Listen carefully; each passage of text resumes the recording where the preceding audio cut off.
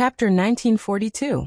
Actually, exchanging the soul stone for the departed spirit flower was purely to test the black-clothed youth. He wanted to see if this person would be tempted by his wealth after seeing that he had the soul stone and a spatial divine item. But he didn't. It seemed like the disciples of Nine Heavens Palace were of good quality. However, as time passed, the black-clothed youth still hadn't appeared. This made Qin Feiyang irritated. Was he fooled? The night deepened. Whoosh. Finally, accompanied by the sound of something breaking through the air, two figures arrived at lightning speed. Qin Feiyang focused his gaze. Who else could it be but the black-clothed youth? It seems like I was overthinking. Qin Feiyang smiled and looked at the other youth. The youth was about 1.8 meters tall, and was also dressed in black. There was also a fire lotus tattoo on his chest. His appearance was extraordinary. His temperament was also outstanding. His aura had also reached the level of a high-level war god. Qin Feiyang waved his hand, and Gao Xiaohui appeared. He said, "Take a look, is he your big brother?" Gao Xiaohui raised her head, and was pleasantly surprised. "It's him."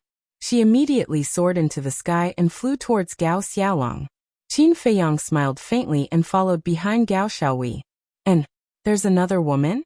The black-clothed youth looked at Qin Feiyang, and then at Gao Xiaohui. He was slightly stunned. The four of them met in the sky. The black-clothed youth cupped his hands and apologized. "Brother, sorry for making you wait." "It's fine." Qin Feiyang waved his hand and smiled. As for Gao Xiaohui, she threw herself into Gao Xiaolong's arms and cried. However, Gao Xiaolong's expression was one of shock and confusion. He glanced at the black-clothed youth beside him from time to time, as if he was asking for help. "Wait. Something's wrong."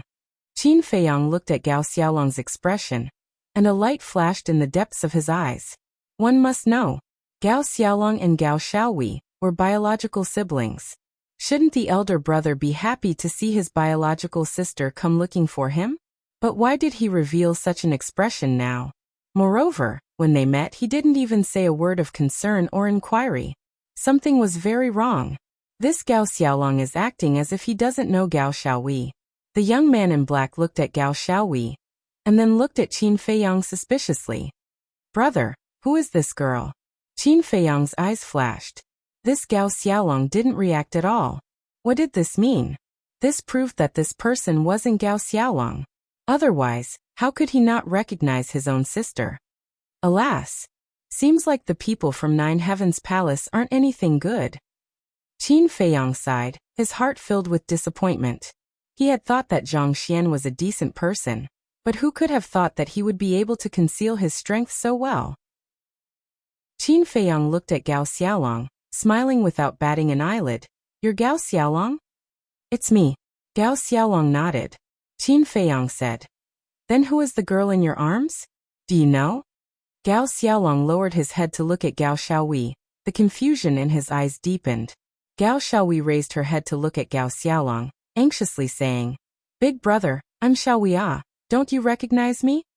Gao Xiaolong was stunned for a second, but he quickly smiled. "Xiaohui, of course I recognize you. I was just joking with you. Don't be angry." Looking at Gao Xiaolong's reaction, Qin Feiyang already had an idea. This person was definitely not Gao Xiaolong. But these two people, pretending to be Gao Xiaolong, what were they trying to do? Wait a minute. Could it be? Thinking of this, Qin Feiyang couldn't help but sigh in his heart. There was no knowing what was in a person's heart. This saying was indeed true. No matter where he went, he couldn't easily trust anyone. But Gao Xiaohui didn't suspect anything. She wept bitterly as she said to Gao Xiaolong, "Big brother, grandfather, father, mother, and our clansmen, they're all dead." "What?" Gao Xiaolong's face changed, asking, "Who did it?" "Guo family," Gao Xiaohui said, her eyes filled with hatred. "This Guo family really deserves to die." Gao Xiaolong was filled with grief and indignation, but he quickly comforted her with a gentle voice. "Xiaohui, don't be sad, big brother will definitely avenge them. Let's go find the Guo family for revenge now," Gao Xiaohui said. Now, Gao Xiaolong was stunned. He glanced at the black-robed young man beside him. The black-robed young man's eyes turned, looking at Gao Xiaohui, smiling. "Xiaohui, the matter of revenge can't be rushed. It must be prepared in advance. How about this? We'll first bring you to Sky Dragon City to settle down, then we can slowly plan. But Gao Xiaowei was anxious. Gao Xiaolong said, "Shall we listen to us? It won't be wrong." "All right." Gao Xiaowei looked at Gao Xiaolong, then at the black-robed young man, nodding her head. Watching the two of them singing the same tune, Qin Feiyang shook his head and sighed. "I really can't watch this anymore." And the black-robed young man and Gao Xiaolong were stunned, looking suspiciously at Qin Feiyang. "I'll bring you to a place." Qin Feiyang smiled, and with a wave of his hand, the four of them disappeared without a trace. Black Tortoise World. Above the herb field, Qin Feiyang stood facing the wind. Gao Xiaowei was still standing beside Gao Xiaolong, whereas the black-robed young man and Gao Xiaolong were looking around in amazement. This is that spatial artifact? It's too big. Especially when they saw the herb field below, both of them were dumbfounded. The fire lotus had been in the herb field's courtyard all this time. Seeing Qin Feiyang appear, the black-robed young man took a step forward, landing in front of Qin Feiyang, smiling as he asked, "Did you find Gao Xiaolong?" Qin Feiyang nodded, adding, "It's just an imposter, it's him." Qin Feiyang did not transmit his voice, nor did he conceal his identity, directly pointing at Gao Xiaolong. "Imposter?" The fire lotus was dumbfounded. Gao Xiaowei also heard it, looking at Qin Feiyang in astonishment, then turned to look at Gao Xiaolong beside her. At the same time, hearing the word imposter, Gao Xiaolong and the black-robed young man shuddered, looking at Qin Feiyang in unison, asking, "Brother, what do you mean?" "Originally, I wanted to let you two continue acting, but your acting is too bad." Qin Feiyang shook his head and sighed. Gao Xiaolong was furious. "Brother, you can eat whatever you want, but you can't speak whatever you want. I am Gao Xiaolong." "Yes, he's my big brother." Gao Xiaowei also looked at Qin Feiyang, saying, "Miss Xiaowei, I really don't know if you're really innocent or just pretending to be innocent. There were so many flaws, but you didn't see through them." Qin Feiyang was speechless. "What flaws?" Gao Xiaowei was suspicious. "First of all, this Gao Xiaolong didn't call you sister when he saw you. Secondly, the two of them kept exchanging flirtatious glances. Lastly, when he heard that your Gao family was annihilated by the Guo family, this Gao Xiaolong actually didn't go back to the Guo family to seek revenge. Think about it, if it was anyone else who heard such bad news, they would go crazy. But this person was able to calm down immediately. If you still don't believe me, you can ask him a few questions. I guarantee that he won't be able to answer." Qin Feiyang laughed. Gao Xiaolong and the black-robed young man's expression revealed a trace of panic. Hearing this, Gao Xiaowei turned to look at Gao Xiaolong, muttering to herself, "All right, big brother, let me ask you a question. When we were young, what did you call me?" "Of course it was little sister," Gao Xiaolong said. "Wrong. When we were young, you never called me little sister. You always called me smelly girl. You're really a fake. Who are you? Why are you pretending to be my big brother?" Gao Xiaowei said angrily. The panic on Gao Xiaolong's face could no longer be concealed. "Do it." At the same time, the black-robed young man's face darkened, and he pounced towards Qin Feiyang. Gao Xiaolong also reached out to grab Gao Xiaowei. Gao Xiaowei retreated in a panic. However, the fire lotus suddenly landed in front of Gao Xiaowei, and undead energy surged out like a tide, drowning Gao Xiaolong in an instant. "Ah!" A painful scream resounded through the sky. The undead energy was everywhere, rushing into Gao Xiaolong's sea of consciousness, crazily nibbling away at his soul. At the same time, Qin Feiyang also raised his arm and punched towards the black-robed young man. One must know. Qin Feiyang's physical body had been tempered by heavenly lightning, and could easily crush a mid-grade divine artifact, not to mention this black-robed young man. In terms of physical strength, Qin Feiyang completely crushed the black-robed young man. "Ah!" Accompanied by a miserable scream, the black-robed young man was sent flying, and his arm was shattered, blood and flesh splattered everywhere. "So strong?" The black-robed young man's face changed, and he looked at Qin Feiyang in horror, and without caring about Gao Xiaolong, he turned and fled. In here, Even if you have the ability to fly, you can't escape from my palm. Qin Feiyang said contemptuously, and the power of law fell, forming a barrier, trapping the black-robed young man inside. The Fire Lotus snorted, retracting her undead energy, and kicked Gao Xiaolong into the barrier. Then the two of them madly bombarded the barrier within the barrier. Qin Feiyang didn't stop them, and he crossed his arms, watching with a smile. In the end, the two of them were exhausted, sweating profusely, but the barrier didn't even tremble. Are you bored? Then can we have a good chat now? Qin Feiyang looked at the two of them with ridicule. The two of them raised their heads and looked at Qin Feiyang. Gao Xiaolong suddenly ran in front of the barrier, looked at Qin Feiyang, and begged, "Brother, this has nothing to do with me, it's him." Gao Xiaolong pointed at the black-robed young man behind him, and said, "He was greedy for the spatial divine artifact and soul stone on you, so he asked me to pretend to be Gao Xiaolong. I was instigated by him. Please let me go." No, he was the one who instigated me." The black-robed young man's face changed, and he quickly ran over, looking at Qin Feiyang. "Bastard! Don't you dare slander me," Gao Xiaolong roared. "I didn't. Brother, you have to believe me. I really want to help you find Gao Xiaolong." The black-robed young man looked at Qin Feiyang, and anxiously cried, "You really want to help me?" Qin Feiyang's eyes were full of ridicule, and he said, "Your plan was good, and you hid it well, so much so that I thought you were a good person. Unfortunately, you didn't expect Gao Xiaolong's sister to be by my side." Qin Feiyang looked at the two of them and said, "But these are not important, I just want to know, where is the real Gao Xiaolong?" Literature Hall. Chapter 1943. The black-robed young man said, "I've been looking for him all day." Qin Feiyang waved his hand, interrupting the black-robed young man. "I don't want to hear the process, I only want the result." Fine. I'll tell you the result. I heard that this Gao Xiaolong was already invited out last night." The black-robed young man said. "Who invited him out?" Qin Feiyang frowned. "Young noble Feng." The black-robed young man said. "It really is him." Qin Feiyang's eyes glimmered. There was information about this young noble Feng in the old patriarch's memories. This person had a great background in the Nine Heavens Palace. His elder sister and elder brother were both geniuses in the Nine Heavens Palace. His parents were also Nine Heavens Palace's enforcement elders.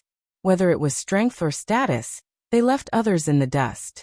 However, the most terrifying person was his grandfather. According to the old patriarch's memories, this young noble Feng's grandfather was the Nine Heavens Palace's resource hall master. In other words, all the Nine Heavens Palace's resources were under his control. And the old patriarch used soul stones to bribe this young noble Feng to get rid of Gao Xiaolong. Moreover, the amount wasn't small, no less than 3,000 soul stones. Fire Lotus frowned, looking at Qin Feiyang.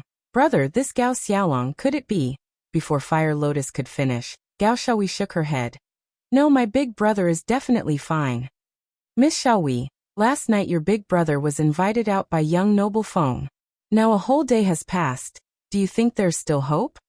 Fire Lotus said. Gao Xiaohui lowered her head. Tears flowed uncontrollably, her delicate body trembling. Qin Feiyang smiled. "We can't jump to conclusions too early, maybe there's an accident." "Yes. Life is unpredictable, maybe there really is an accident." Gao Xiaohui's spirit rose, saying. Qin Feiyang felt a little helpless. These were just words to comfort Gao Xiaohui. She actually believed it? Looks like this woman is really naive. Qin Feiyang pondered for a moment, looking at the black-robed young man. "This young noble Feng, has he returned yet?" "I went to look for him, he hasn't returned yet." The black-robed young man shook his head. "He didn't come back?" Qin Feiyang was taken aback. An entire day had passed, and he still hadn't returned. Could there really be a turning point? Fire Lotus asked, "How strong is this Gongzi Feng?" The black-clothed youth said, "Gongzi Feng is also a high-level war god. Advanced war god. His cultivation is the same as Big Brother's. In that case, it won't be easy for him to kill Big Brother." Gao Xiaohui hurriedly said. Qin Feiyang shook his head and sighed. He really couldn't bear to break Gao Xiaohui's hopes. Although Gong Zifeng's cultivation was the same as Gao Xiaolong's, Gong Zifeng had a backer. In other words, whether it was divine arts or divine artifacts, Gao Xiaolong and Gong Zifeng couldn't be compared. In short, this Gao Xiaolong was most likely dead. Who? Qin Feiyang let out a long sigh and looked at the black-clothed young man, and the black-clothed man. I want to ask you something else. Tell us, as long as you let us go, we'll tell you everything. The two smiled flatteringly. Qin Feiyang asked, do you know a person called Qin Batian? Qin Batian? The black-clothed young man and the black-clothed man looked at each other, and suspicion crept into their eyes. You don't know? Qin Feiyang frowned. The black-clothed young man quickly waved his hand and said, No, we've heard of this person, but why are you asking about him? Anyone would be curious about such a legendary figure. Qin Feiyang smiled faintly. That's true. This Qin Batian is indeed a legendary figure. It's said that when he entered the Nine Heavens Palace, he only took a few hundred years to break through to the monarch god realm and become the blazing sun of the Nine Heavens Palace. Later he became an elder, disciplinary elder, palace master, and I heard that he even became the vice palace master of our Nine Heavens Palace. The black-clothed young man said with envy in his eyes. What? Vice palace master? Qin Feiyang and Fire Lotus looked at each other. Of course, this is only a rumor. It's been too long, and we disciples don't know if it's true or not. The black-clothed young man said. Qin Feiyang asked suspiciously. Then why did this Qin Batian disappear? There are many different theories about his disappearance, and we don't know either. The two shook their heads. Ancestor, where are you? Qin Feiyang looked at the sky and muttered to himself. His face was filled with disappointment and frustration. A few moments later, Qin Feiyang retracted his gaze and looked at the black-clothed young man. What's your name? Wang Dachuan. The black-clothed young man said. Wang Dachuan. Qin Feiyang murmured as a cold light flashed in his eyes. Two strands of law energy entered the black-clothed young man and Gao Xiaolong's forehead. Accompanied by two blood-curdling screams. Their souls were annihilated, and they died on the spot. Why did you kill them? They are disciples of the Nine Heavens Palace. Gao Xiaowei looked at Qin Feiyang in shock. How dare they scheme against me? Not to mention disciples of the Nine Heavens Palace. Even if they are elders of the Nine Heavens Palace, I will make them pay the price. Qin Feiyang smiled coldly and grabbed the two's cosmos pouches. The barrier shattered with a loud bang, and the power of rules swarmed over. The two's corpses were directly smashed into pieces, turning into a bloody mist. Looking at this scene, Gao Xiaowei couldn't help but shudder. The Nine Heavens Palace's position in the northern region was unshakable. And the disciples of the Nine Heavens Palace were like emperors in the outside world. No one dared to offend them. But this man in front of her killed them without mercy. And he killed two of them at once. This was too terrifying. Qin Feiyang turned to look at the two and said, I have to enter the Nine Heavens Palace and find out where this young noble is. How are you going to enter? Gao Xiaowei was stunned and hurriedly asked. Isn't that simple? Just disguise yourself as Wang Dachuan. Qin Feiyang smiled. Gao Xiaowei was stunned. Fire Lotus smiled and said, No wonder you specifically asked for his name. So you already have a plan in mind. Qin Feiyang laughed. Gao Xiaowei looked at the two and looked at Qin Feiyang emotionally. She bowed and said, You have helped us brother and sister so much. I really have no way to repay you. Help you? Qin Feiyang was stunned. Didn't you say that entering the Nine Heavens Palace is to investigate the whereabouts of young noble? Since it's to investigate young noble, it's naturally to help us. Don't deny it. Thank you very much. Gao Xiaowei said gratefully. Qin Feiyang laughed dryly and said, It's also to help you guys. Of course, it's also to help myself. Help yourself? Gao Xiaowei was stunned. Qin Feiyang said, There are some things that you're better off not knowing. Okay, I won't ask. But can I ask, what are your and Sister Fire Lotus's names? After knowing each other for so long, I still don't know your names? Gao Xiaowei smiled. Names? Qin Feiyang's eyes flashed slightly and said, My name is Jiang Haotian. My sister is called Jiang Fire Lotus. Gao Xiaohui nodded. Jiang Haotian. How long has it been since I used this name? Qin Feiyang sighed inwardly. The past emerged like a tide. Thinking back to the spiritual state, the name Jiang Haotian was also famous. Shaking his head, Qin Feiyang took out a phantom pill and changed his appearance. Then he took out a set of black robes from Wang Dachuan's Qingkuan bag and put them on neatly. On the clothes, there was a flame pattern. Immediately after, Qin Feiyang sent the 2 Qingkuan bags to the ancient castle. Then with a flash he appeared in the sky above the mountain range outside. The waning moon was in the void. In the dead of night, the giant mountain that led to the 9th heaven palace was like a giant beast standing on the ground. Qin Feiyang looked up at the top of the mountain with a determined light in his eyes. He murmured, even if it's a dragon's pool or a tiger's den, I must find out the reason for the disappearance of my ancestor. Whoosh! Taking a deep breath, Qin Feiyang turned into a stream of light and flew towards the top of the mountain. The top of the mountain in the dark night was dead silent. Beside the sky stairway, the white-haired old man was still sitting in his original position like a stone statue, not moving at all. Qin Feiyang landed on the top of the mountain. He didn't disturb the white-haired old man, nor was he nervous at all. He calmly passed by the white-haired old man. The white-haired old man didn't stop him. Finally, Qin Feiyang stood at the bottom of the sky stairway, looked up, and stepped onto the first step. But just as his foot landed, the stone stairs under his feet suddenly shook and released a dazzling light. Qin Feiyang was surprised. What was going on? Swish! At the same time, the white-haired old man next to him also opened his eyes. His eyes weren't cloudy at all, and they were extremely sharp, like 2 sharp blades. Oh no! Qin Feiyang didn't even need to look back to know that the white-haired old man had opened his eyes. He made a prompt decision. Without any hesitation, he directly entered the Black Tortoise world, then controlled the Black Tortoise world and flew away without looking back. The white-haired old man suddenly stood up, and his divine will spread out in all directions. Gradually, a look of surprise appeared on his old face. There was no one. There was no spatial divine item. What was going on? Did he disappear into thin air? Back to Qin Feiyang. At this moment, he was already drenched in cold sweat.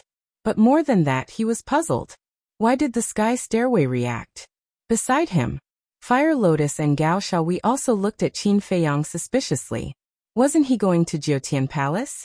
Why did he come back and flee in a panic? After Qin Feiyang left the Black Tortoise world, the image disappeared, so they still didn't know what had happened outside. After fleeing for tens of thousands of miles, Qin Feiyang stopped and turned to look at Gao Xiaohui. Did your brother tell you about the sky stairway before? No. Gao Xiaohui shook her head and asked, what's wrong? Qin Feiyang immediately explained the situation briefly. There's such a thing? The 2 women were surprised. Qin Feiyang said in a deep voice, according to my guess, the sky stairway is definitely not an ordinary stone stairway. Huo Lian said, do you mean that the stairway of heaven gave a warning because it saw through your disguise? Yes. Qin Feiyang nodded, looking a little annoyed. I should have directly read Wang Dachuan's memories just now. Literature Museum. Chapter 1944. That's not that important. Anyway, you used Wang Dachuan's identity just now. Your own identity wasn't exposed. Fire Lotus smiled. Qin Feiyang nodded and smiled bitterly. Seems like it's impossible to sneak into 9 Heaven Palace without being noticed. Last year, I heard from Big Brother that 9 Heaven Palace will be recruiting disciples this year. Big Brother even asked me to try. Why don't we participate in the assessment together? Gao Xiaohui said. Recruiting disciples.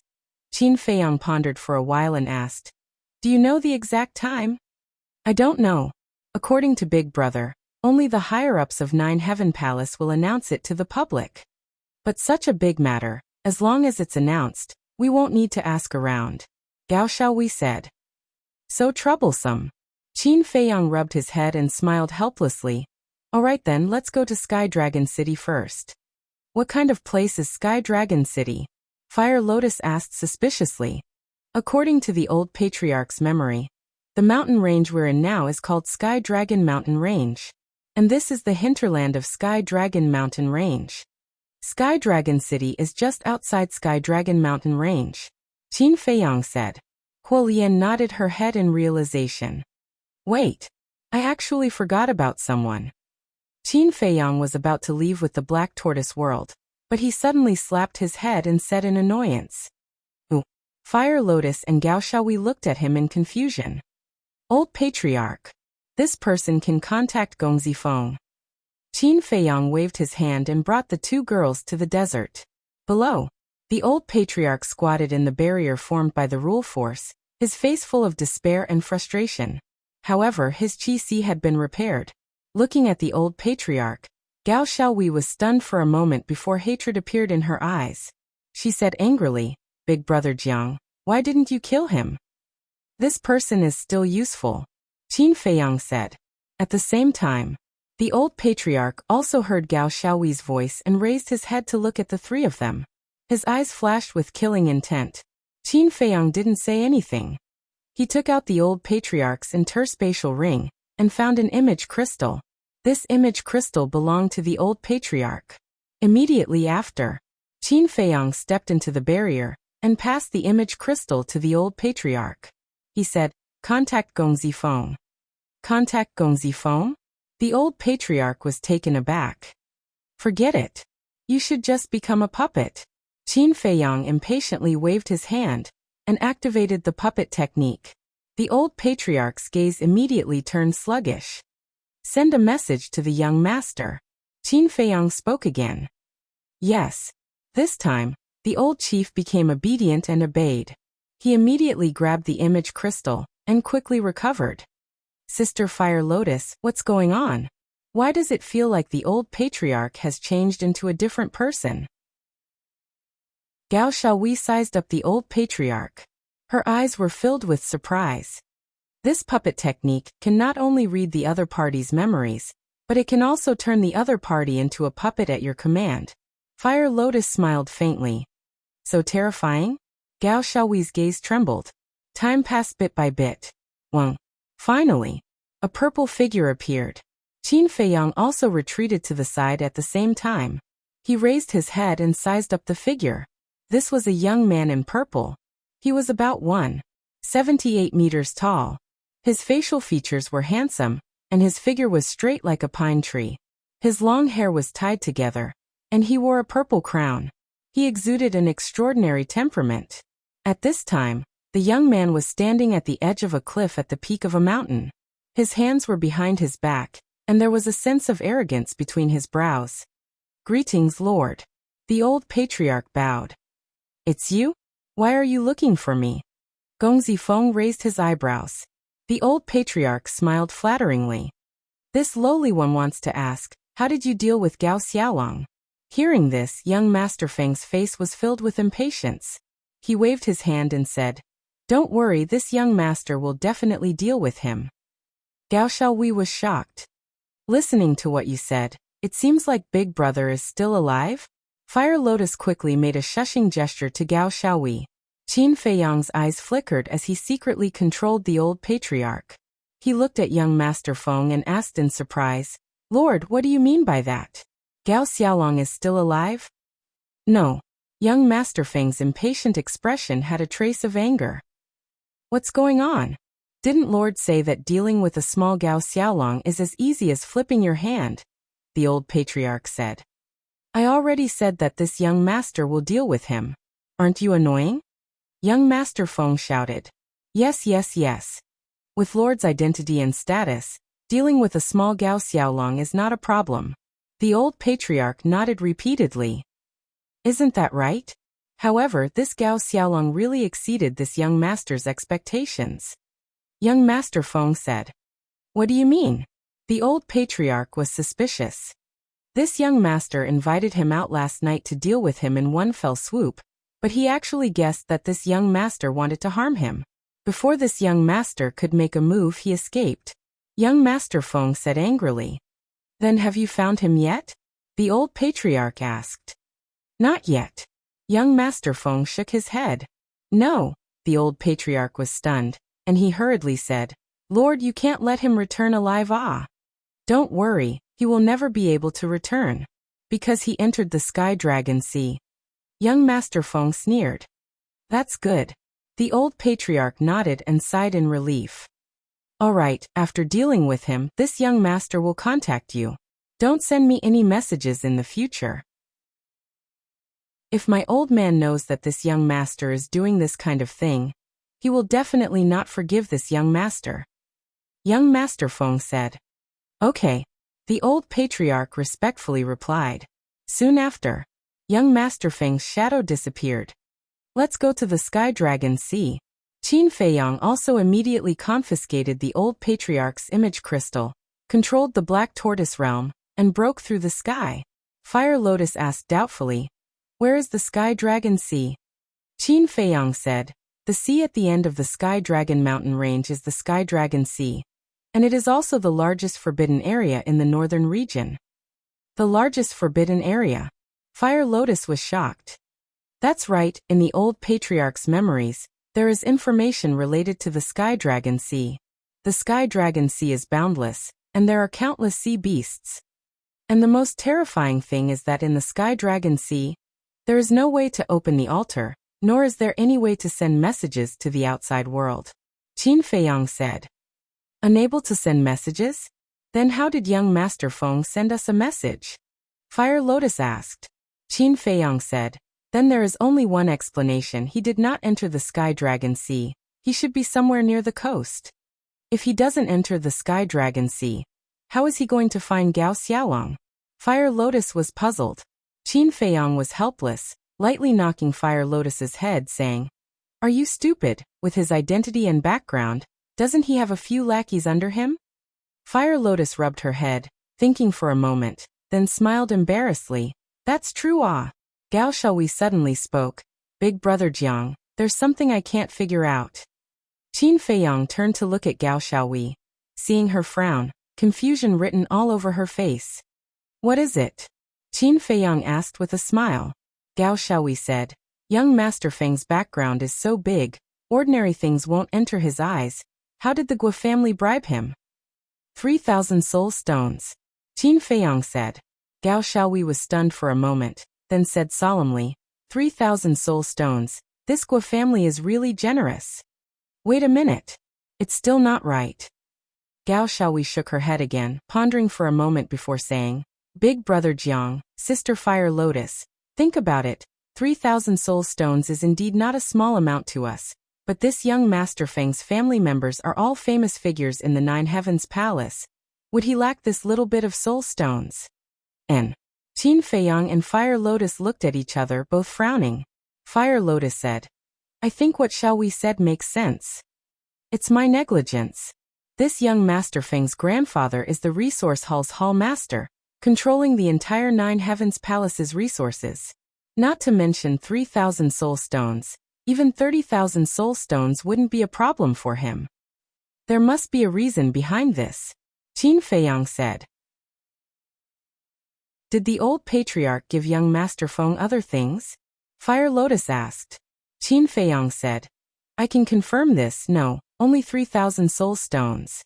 Then that's strange. Fire Lotus was suspicious. It seems like we can only get the answer from young Master Feng's mouth. Qin Feiyang said in a low voice. While the three of them were talking, the Sky Dragon Sea entered the screen. In the dark night, the Sky Dragon Sea didn't look any different from the Sky Dragon mountain range. A gentle breeze blew, waves splashed.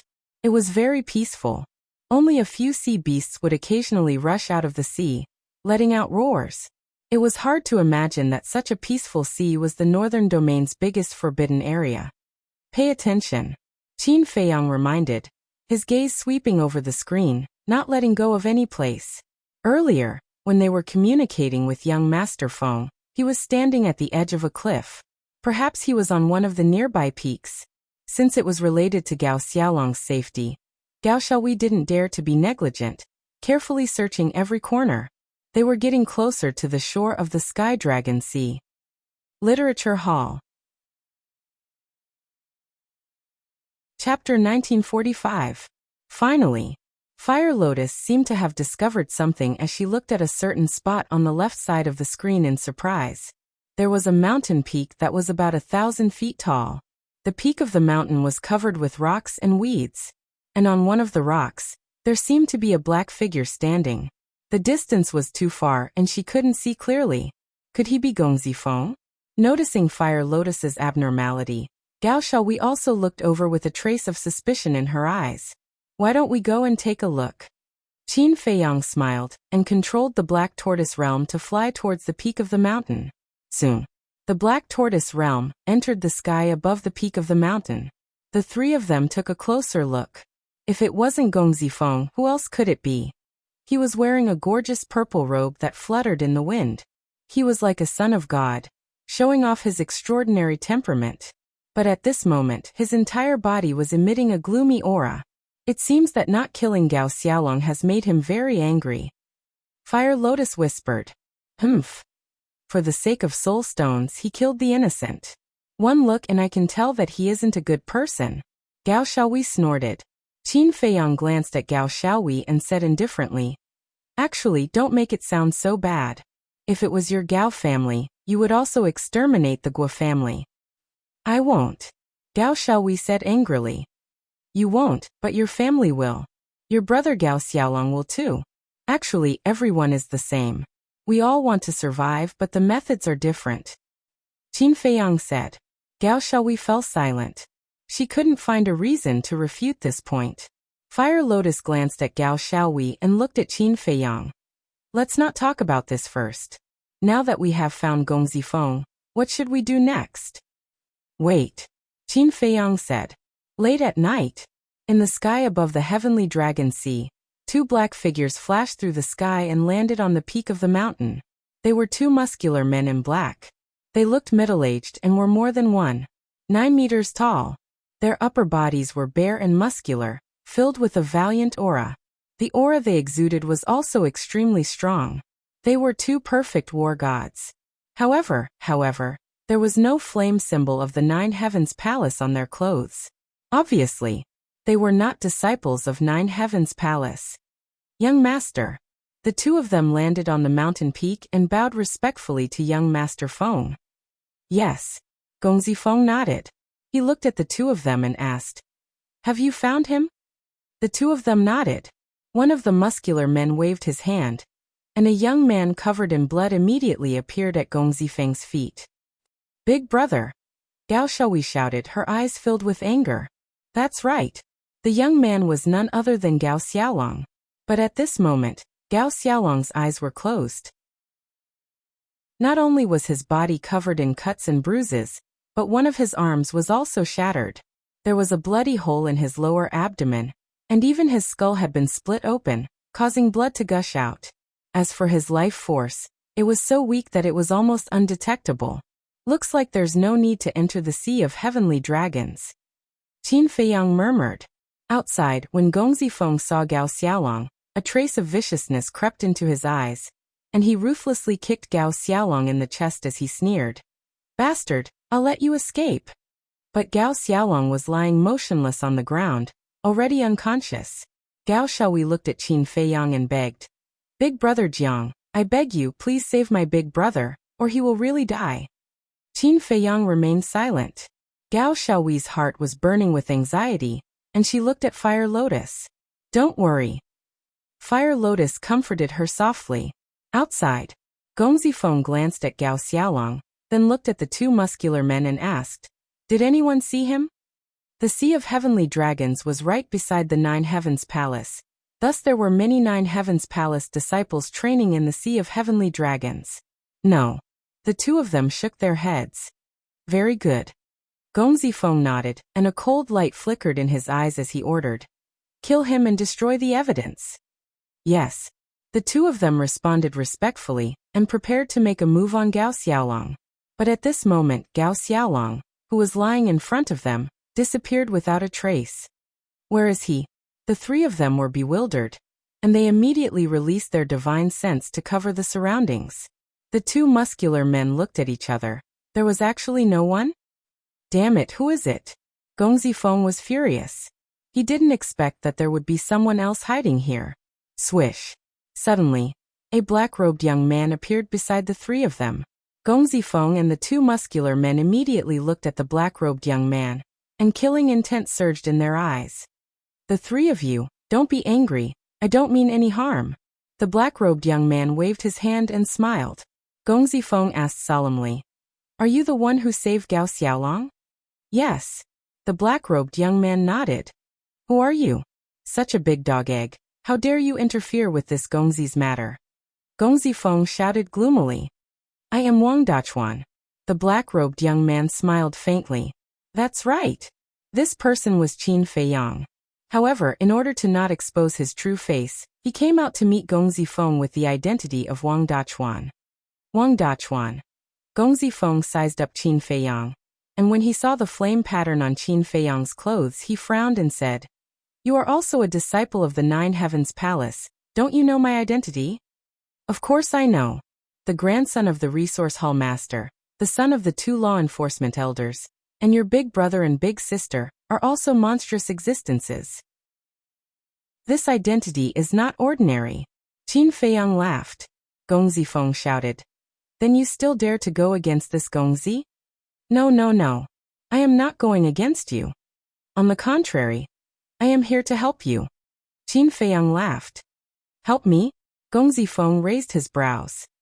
Gongzi, this person's intentions are unclear. Please be careful. The two muscular men stood in front of Gong Zifeng and transmitted their voices with vigilance. Gong Zifeng's eyes flickered as he looked at Qin Feiyang and said, Then I am really curious. What do you want to help me with? Qin Feiyang laughed and said, You have such a powerful family background, yet you are still doing such a murderous thing outside. I think you must have some hidden troubles. Gong Zifeng clenched his fists when he heard this, and the hostility between his brows intensified. Qin Feiyang said, Based on my guess, it should be related to your family, right? You are investigating me? Gong Zifeng said coldly. No, no, no. I have never investigated you. It is purely a guess. Actually, I don't know the real reason either. But you can tell me. Maybe I can really help you. Qin Feiyang laughed. With a mere low-level martial god like you? Gong Zifeng's face was filled with disdain. Even an ant can move an elephant. Qin Feiyang said. Gong Zifeng frowned and asked, Then tell me, why do you want to help me? I don't believe that there is such a kind-hearted person in this world. Of course, I have conditions. First, let Gao Xiaolong go. Second, I want to ask about a person. Qin Feiyang said. I have already taken the Guo family's soul stone. If you ask me to let Gao Xiaolong go, aren't you asking me to break my promise? Gong Zifeng said angrily. We are all sensible people. Don't say break your promise. Moreover, even if you don't care, what can a mere Guo family do to you? Qin Feiyang laughed. Ha ha, Gong Zifeng laughed and said. You are quite an interesting person than the second one. Who do you want to ask about? Qin Batian. Qin Feiyang said. What? You want to ask about Qin Batian? Gong Zifeng was shocked. Yes. Qin Feiyang nodded. What is your relationship with Qin Batian? Gong Zifeng looked at Qin Feiyang suspiciously. Nothing much, I am just curious. Qin Feiyang smiled. Gong Zifeng sneered. Do you think I will believe your nonsense? It doesn't matter if you believe it or not. In short, it won't do you any harm, right? Qin Feiyang said. That's true. Gong Zifeng nodded and pondered for a while, then shook his head and said, This Qin Batian, I have heard rumors about him, but I don't know much about him. Maybe my grandfather knows more about him. Qin Feiyang said, Then I will have to trouble you to help me ask around. You are looking for the wrong person. If you ask my brothers and sisters, there might be hope, but Gong Zifeng shook his head and laughed at himself. Qin Feiyang's eyes flickered and he said, So your relationship with your grandfather is not that good? Yes. Although on the surface I have a powerful background, but in reality, my life is worse than a dog's. Otherwise, I wouldn't be willing to be an executioner for a mere 3,000 soul stones. Gong Zifeng sighed. I would like to hear the details. Qin Feiyang cupped his fists and said. Gong Zifeng fell silent. After a long time he sneered. We are not that close. I can spare Gao Xiaolong's life, but you must make him keep his mouth shut. If this matter is leaked, not only will he die, but you will also die." Seeing that Gong Zifeng did not answer directly, Qin Feiyang was a little disappointed. He nodded and smiled. "All right, don't send any messages to the old patriarch. He is in my hands now. Let's go." Gong Zifeng looked deeply at Qin Feiyang, then waved his hand and left with the two strong men. Qin Feiyang also entered the Black Tortoise world. Wang Dachuan. Gong Zifeng frowned along the way. "Gongzi, why didn't you kill him?" Seeing that they were about to reach the Nine Heavens Palace, the two strong men couldn't help but ask Gong Zifeng. "He was able to save Gao Xiaolong in front of us without us noticing. Do you think he's a simple person?" Gong Zifeng raged. One of the strong men said, "He's just an ordinary disciple of the Nine Heavens Palace. It shouldn't be that simple. When this Gongzi returns, I will investigate this person's background. You guys should return to the Sky Dragon City and hide. Wait for my orders. If this person can really help me, it might not be a bad thing." Gong Zifeng said, and a light flickered in his eyes. "Yes." The two burly men responded respectfully, then opened an altar, and left without looking back. Gong Zifeng turned into a streak of light and flew towards the stairway. Black Tortoise World Qin Feiyang had been following behind Gong Zifeng and the other two, so he heard their conversation clearly. Gao Shaohui stood at the side, taking care of Gao Xiaolong with tears in her eyes. Fire Lotus retracted her gaze and smiled. "Qin Dage, it seems like there's something fishy about this Gong Zifeng. I don't care about his matters. I just want to use all my connections to find out the reason behind the ancestors' disappearance," Qin Feiyang said. This time, he entered the ancient world to increase his strength and seek justice for the inner demons. On the other hand, he wanted to find the ancestor. Therefore, he would do anything. Looking at Gong Zifeng, he drove the Black Tortoise World and followed the two strong men to the Sky Dragon City. Chapter 1946.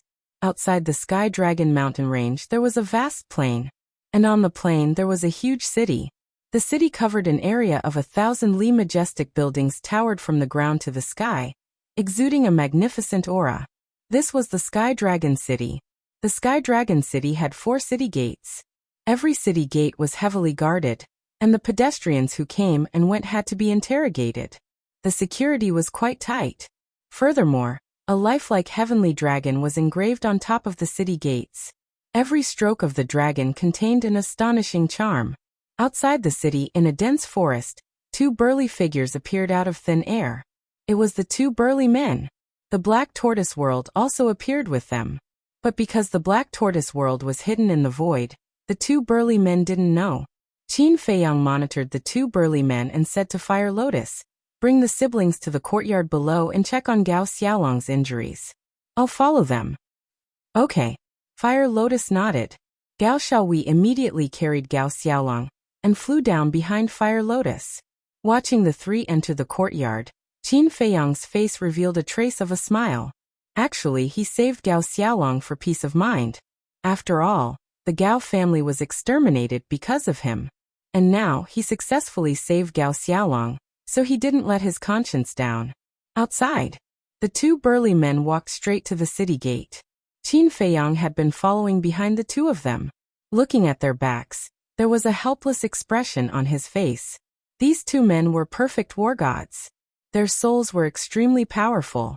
Unless they were willing, it was impossible to use the enslavement seal and puppetry art to control them. Puppetry art aside, let's talk about the enslavement seal. For a long time, the enslavement seal had been successful, but now it was useless. This made Qin Feiyang somewhat sullen. When they reached the city gate, the 2 burly men entered the city without looking back after they were interrogated. Qin Feiyang also easily sneaked into the city. The city was bustling with noise and excitement. On both sides of the street, there were many restaurants of various sizes. However, they were all of average quality. The 2 burly men did not go deep into the city. After walking for several hundred meters, they entered a very simple and unremarkable restaurant. There were only 5 floors in the restaurant. Other than the hall on the first floor, The 4 floors above were all rooms for accommodation. There were only a dozen or so tables in the hall, and only 2 or 3 tables were occupied. It was very quiet. "Sirs, you're back." A waiter from the restaurant greeted the 2 burly men with a smile. Clearly, these 2 people were already regulars here. "Yes. Send up 2 jars of wine and a few side dishes later." One of the burly men laughed. "All right." The waiter nodded and ran to the kitchen to make the arrangements. The 2 burly men followed him up to the 3rd floor, entered a room, and closed the door tightly. "After running around for an entire day, I'm exhausted." One of them collapsed on the bed and said tiredly, "That's right. The most important thing is that we finally found Gao Xiaolong, but he was rescued again." The other person sat at the table and poured a cup of tea. He shook his head as he drank. The burly man on the bed sat up and said with a frown, "Do you think young master was too careless this time?" "What do you mean?" The other person was startled. He put down the teacup and asked suspiciously, "That Wang Dachuan is only an initial martial immortal, but he said he could help young master. No matter how I look at it, I feel like he's just fooling us." The burly man said, "You can't say it like that. This person's strength is indeed nothing special. However, since he dares to stand in front of us and say such words, it means that he has confidence. Moreover, there's a good saying, you can't judge a book by its cover. Don't underestimate anyone." The person sitting at the table said with a smile. He picked up the teacup and continued to drink. The burly man sitting on the bed pondered for a while and nodded. "That's true. However, our young master is really pitiful." "Sure, you can't say such things carelessly." The burly man's expression changed and he hurriedly whispered, "What are you afraid of? There's only the 2 of us here. Who can hear us? Although our young master is an illegitimate child and is a little arrogant, he usually works very hard. He's also very polite to us subordinates. How can such a good young man be treated like this by his parents and grandfather? It's too unfair." The burly man got down from the bed and walked to the table and complained with dissatisfaction. "There's no such thing as fairness in this world. Don't say any more. Be careful that the walls have ears. After all, this matter isn't very glorious. If it were to spread, who knows how many people would laugh at young master." The burly man drinking tea shook his head and sighed. Illegitimate child. Black tortoise world. Hearing the conversation between the 2, Qin Feiyang finally understood what was going on and didn't continue to listen. Because as long as he knew about this matter, he would be able to understand everything else. He's also a pitiful person, ah. Entering the small wooden house, Qin Feiyang looked at Gao Xiaolong lying on the floor in the main hall and asked, "How's his situation?" "His qi si is shattered, his sea of knowledge is shattered, his internal organs are almost all shattered, plus he lost a lot of blood. His situation is not optimistic," Fire Lotus said. "What about his soul?" Qin Feiyang asked. Fire Lotus said, "His soul is fine, but his divine sense has been overused. Big brother Jiang, I beg you, please save my big brother." Gao Xiaowei looked at Qin Feiyang pitifully with tear-stained eyes. Her universe bag was destroyed, and she didn't even have a single pellet on her. She could only watch helplessly. On Gao Xiaolong's body, there was no universe bag or universe ring. Obviously, it was either taken away by the 2 burly men. Either that, or it was destroyed during the fight with the 2 burly men. Qin Feiyang looked at Gao Xiaowei, then at Gao Xiaolong, and took out his universe ring. There were a lot of pellets inside the old patriarch's universe ring. After searching for a while, he finally found a spirit sea pellet, soul essence pellet, healing pellet, regeneration pellet, and bone replenishing pellet. "Thank you, big brother Jiang." Gao Xiaowei received the pellets and squatted on the floor, putting them into Gao Xiaolong's mouth one by one. Fire Lotus also stood up and looked at Qin Feiyang asking, "How is it?" Qin Feiyang said, "This Gongzi Feng is an illegitimate child." "Illegitimate child?" Fire Lotus was stunned for a moment, then said in realization, "No wonder he did this behind his family's back." From the 2 burly men's words, it's not hard to tell that this Gongzi Feng is a good person. I think he was forced to do this because he had no other choice. After all, an illegitimate child is not well liked. Qin Feiyang said. Now I'm starting to sympathize with him. Fire Lotus smiled. Sympathize? Qin Feiyang shook his head and smiled, saying, in this world there are pitiful people everywhere. If you sympathize with all of them, how can you handle it? But this person can be used by me. You want to subdue him? Fire Lotus was stunned and asked. Subdue? How would I have the mood to train him? Moreover, I don't have any plans to recruit him now. The two of us are just mutually beneficial. Qin Feiyang shook his head and said, those fellows in the castle were already enough to give him a headache. No matter how many soul stones he had, it wouldn't be enough. Isn't that asking for trouble? Next, Qin Feiyang didn't say anything else, lowering his head and muttering to himself. Huolian looked at him curiously for a while and said with a smile, are you thinking about something sneaky again? Qin Feiyang's face darkened, lightly knocking Fire Lotus's head, speechless. What are you thinking about all day? Fire Lotus rubbed her head, pursing her lips. Qin Feiyang transmitted. I'm thinking, can the Black Tortoise world sneak into Nine Heaven Palace without anyone knowing? You still want to sneak in? Fire Lotus said in a daze. Qin Feiyang thought, the assessment is really troublesome, and what I hate the most is trouble. I think it's better not to take the risk. Let's not talk about whether the Sky Stairway will notice the Black Tortoise world. Even if you use the Black Tortoise world to sneak into Nine Heaven Palace, it's not convenient to ask for information. Because you don't dare to go out. Once you go out, your whereabouts will be exposed. You might even attract the attention of the higher-ups of Nine Heaven Palace.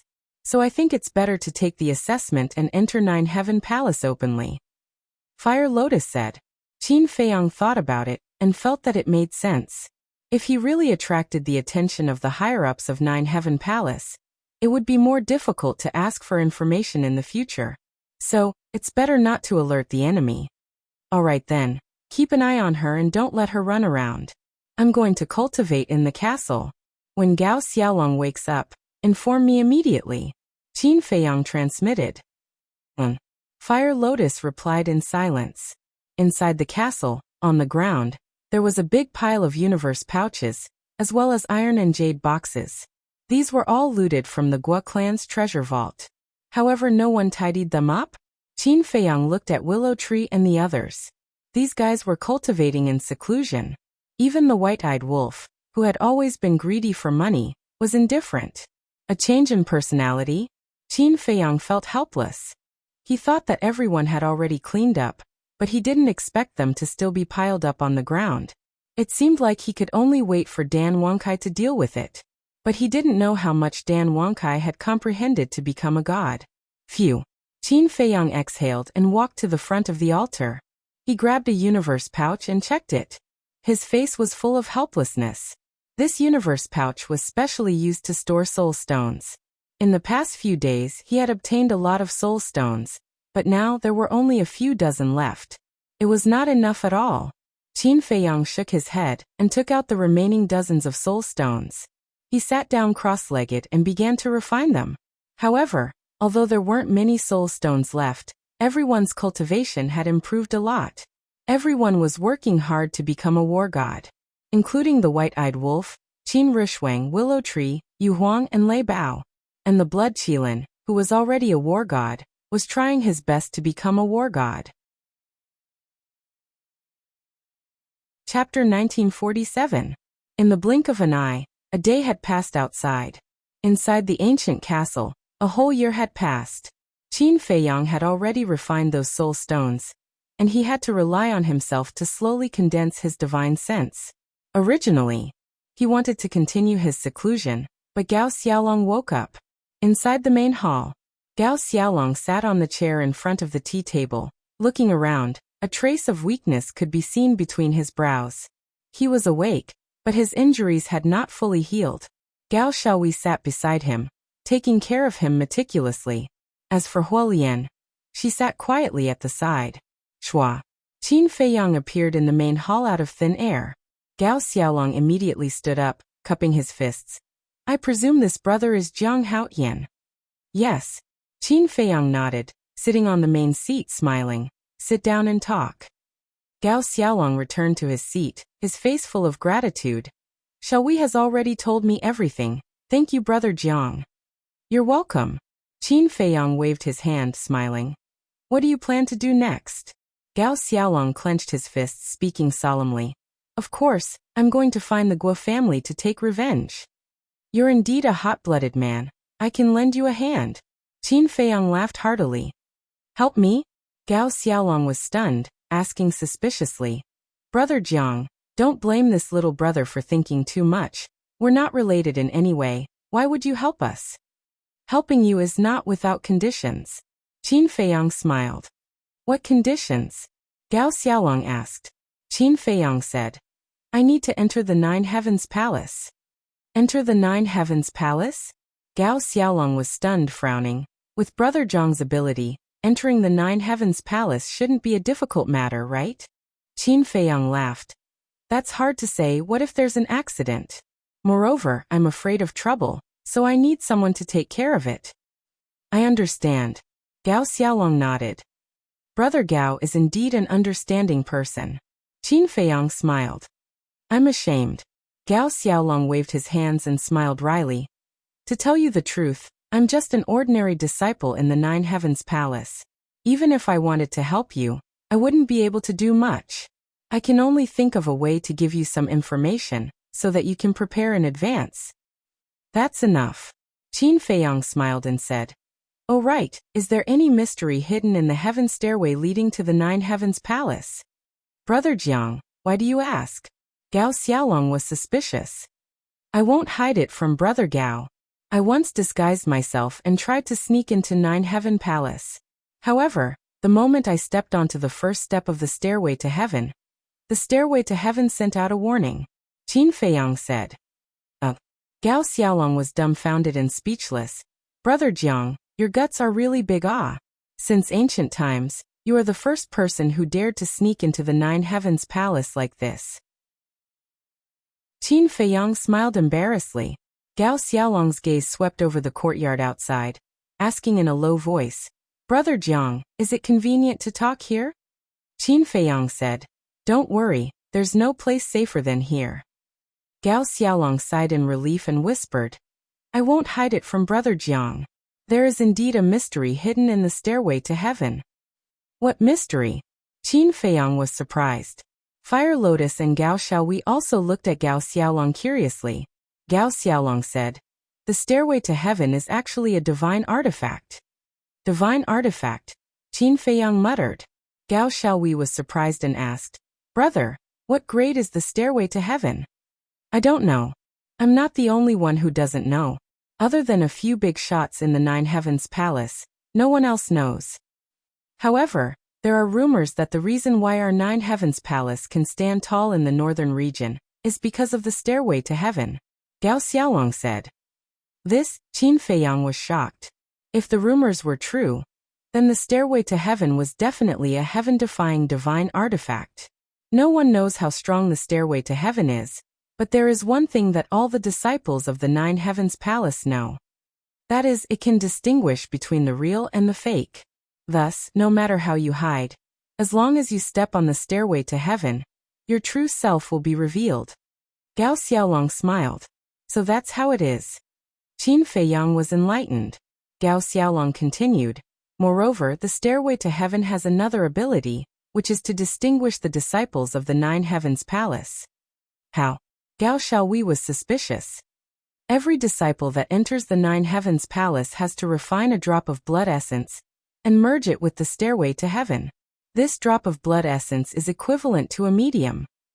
The stairway to heaven uses the drop of blood essence to determine whether someone is a disciple of the Nine Heavens Palace. Moreover, the entire Nine Heavens Palace is covered by a layer of divine force, and the stairway to heaven is the only entrance.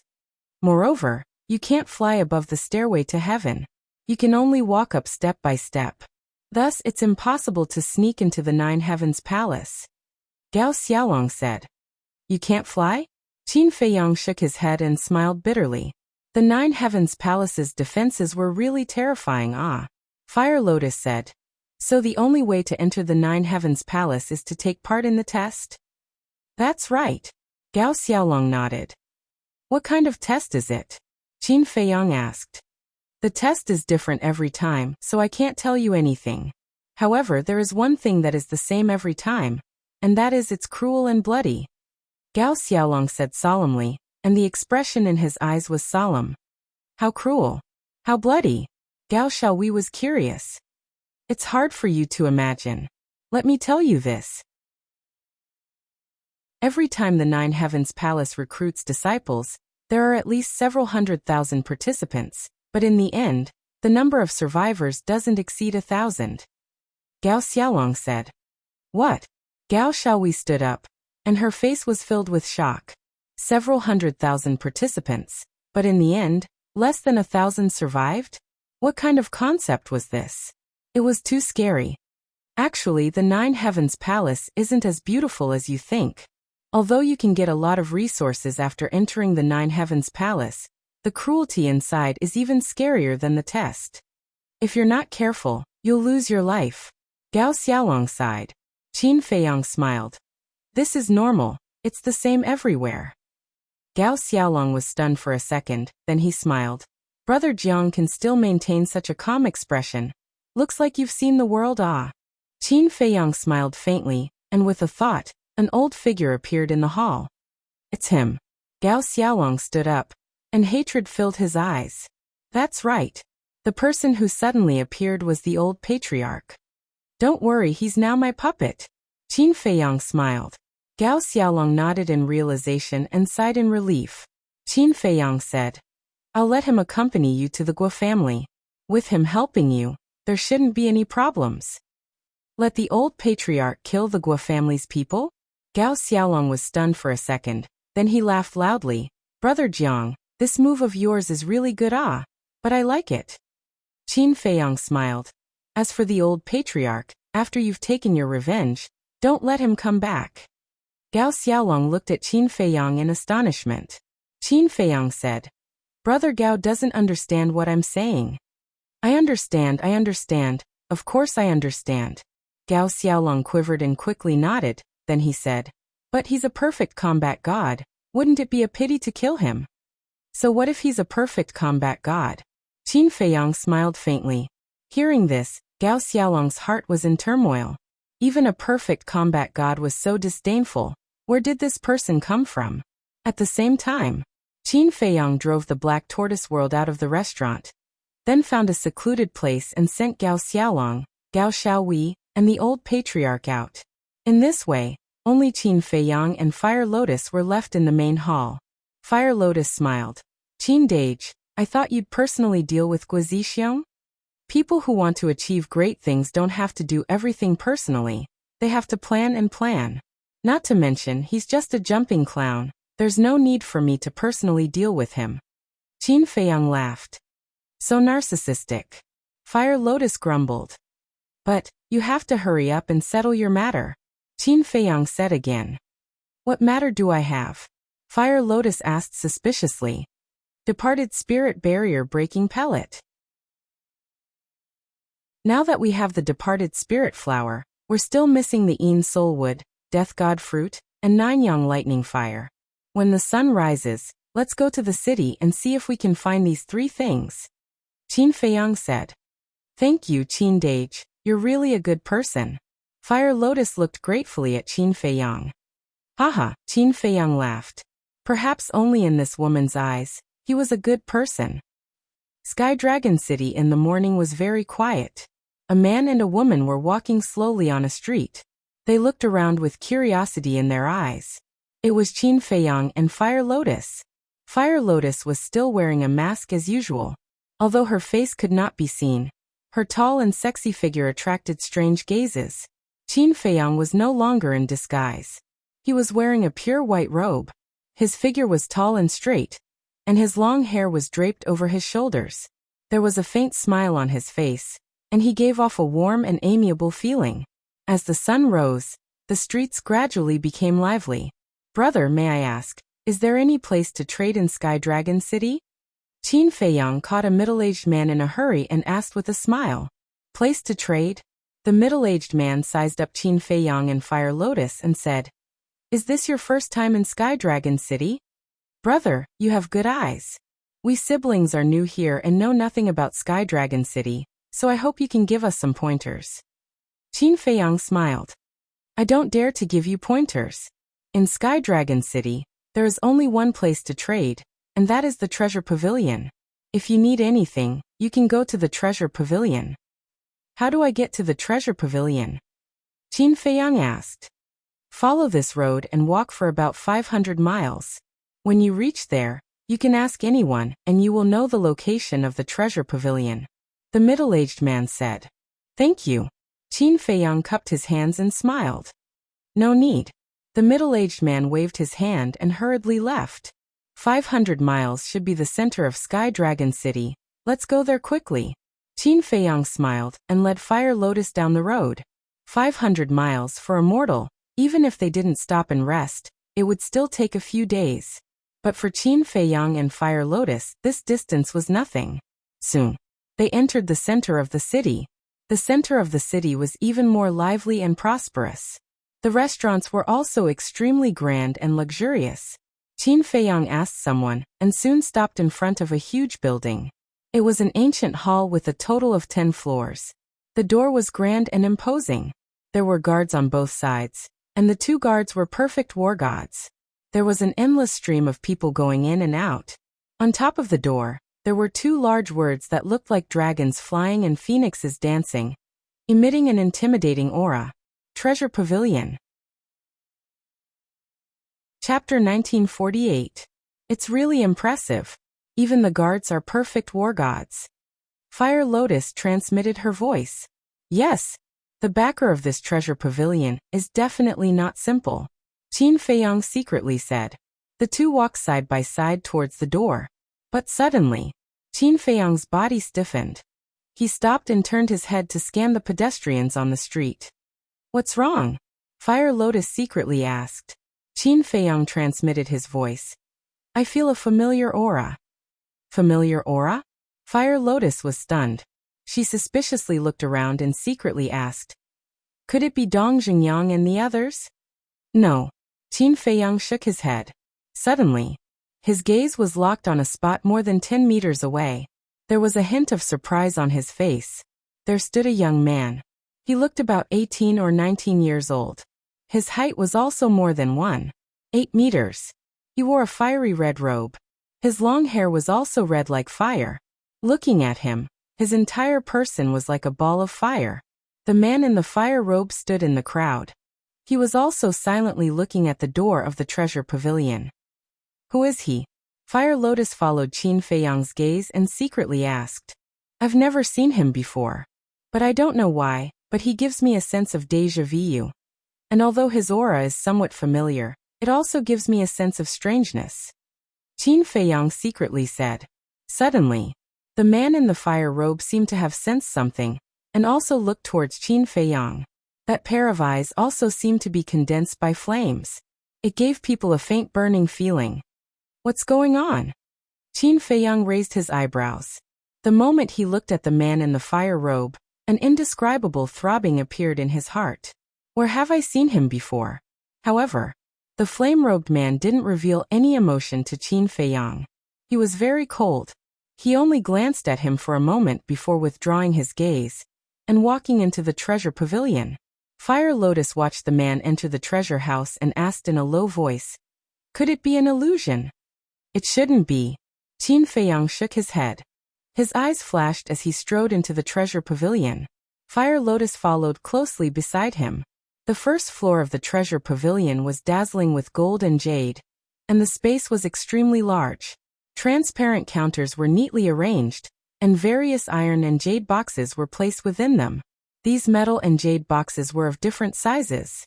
They were all made from the best materials, and the workmanship was very exquisite. There was no doubt about it. The contents of these boxes were definitely the items that the Treasure Pavilion was going to sell.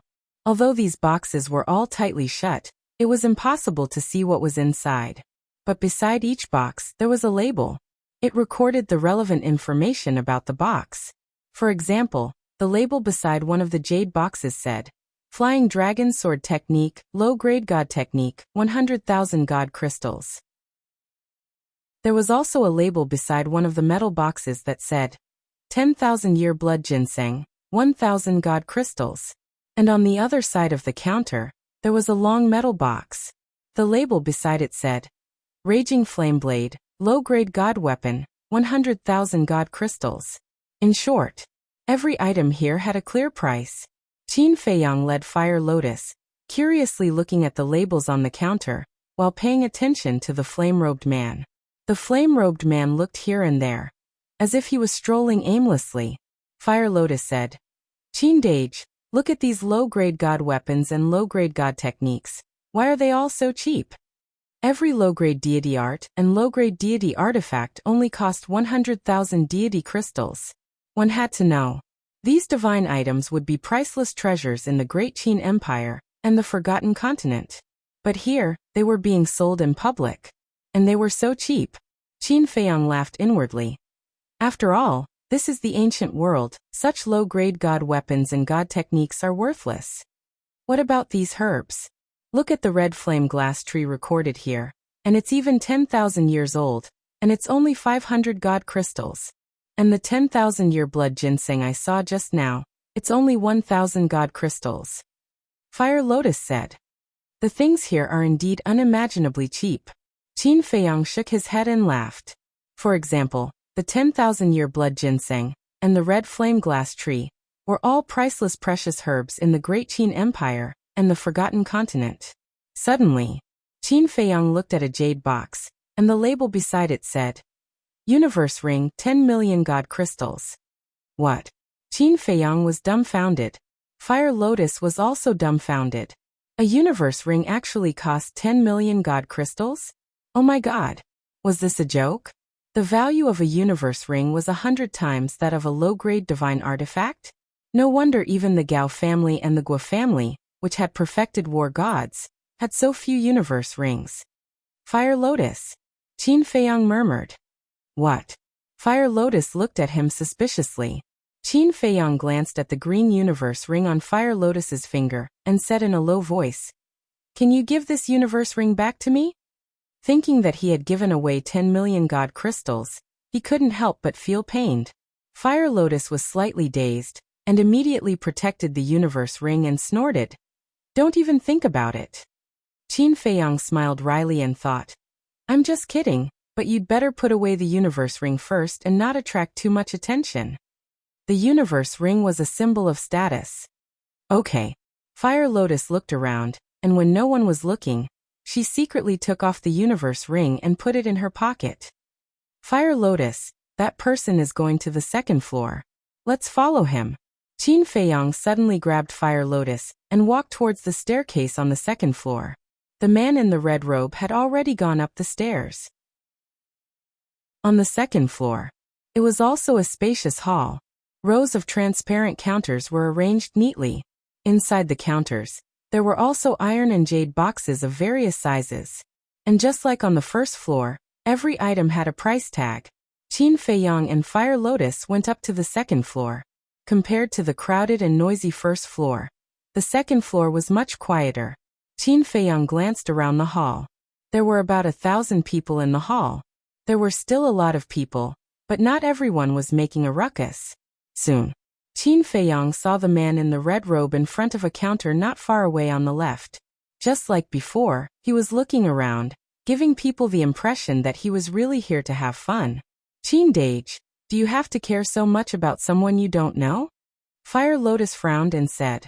Qin Feiyang was startled, then smiled wryly and said, You're right, I'm too stubborn. Why did he come to the treasure pavilion this time? To collect the soul wood, the god of death fruit and the 9 suns thunder fire. But now he had forgotten the purpose of this trip because of a stranger. How embarrassing. Whoosh. Qin Feiyang took a deep breath and looked around separately with Fire Lotus. The items on the second floor were a level higher in quality and value than those on the first floor. The items on the first floor were basically the lowest level divine arts and divine weapons, as well as some ordinary herbs. But the items on the second floor were all middle-grade divine weapons and divine arts.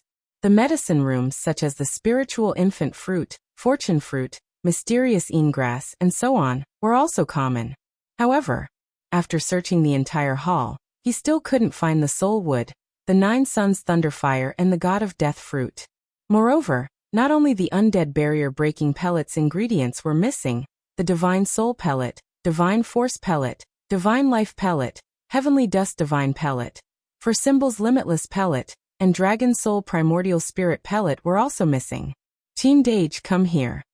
Fire Lotus's voice suddenly sounded in Qin Feiyang's mind.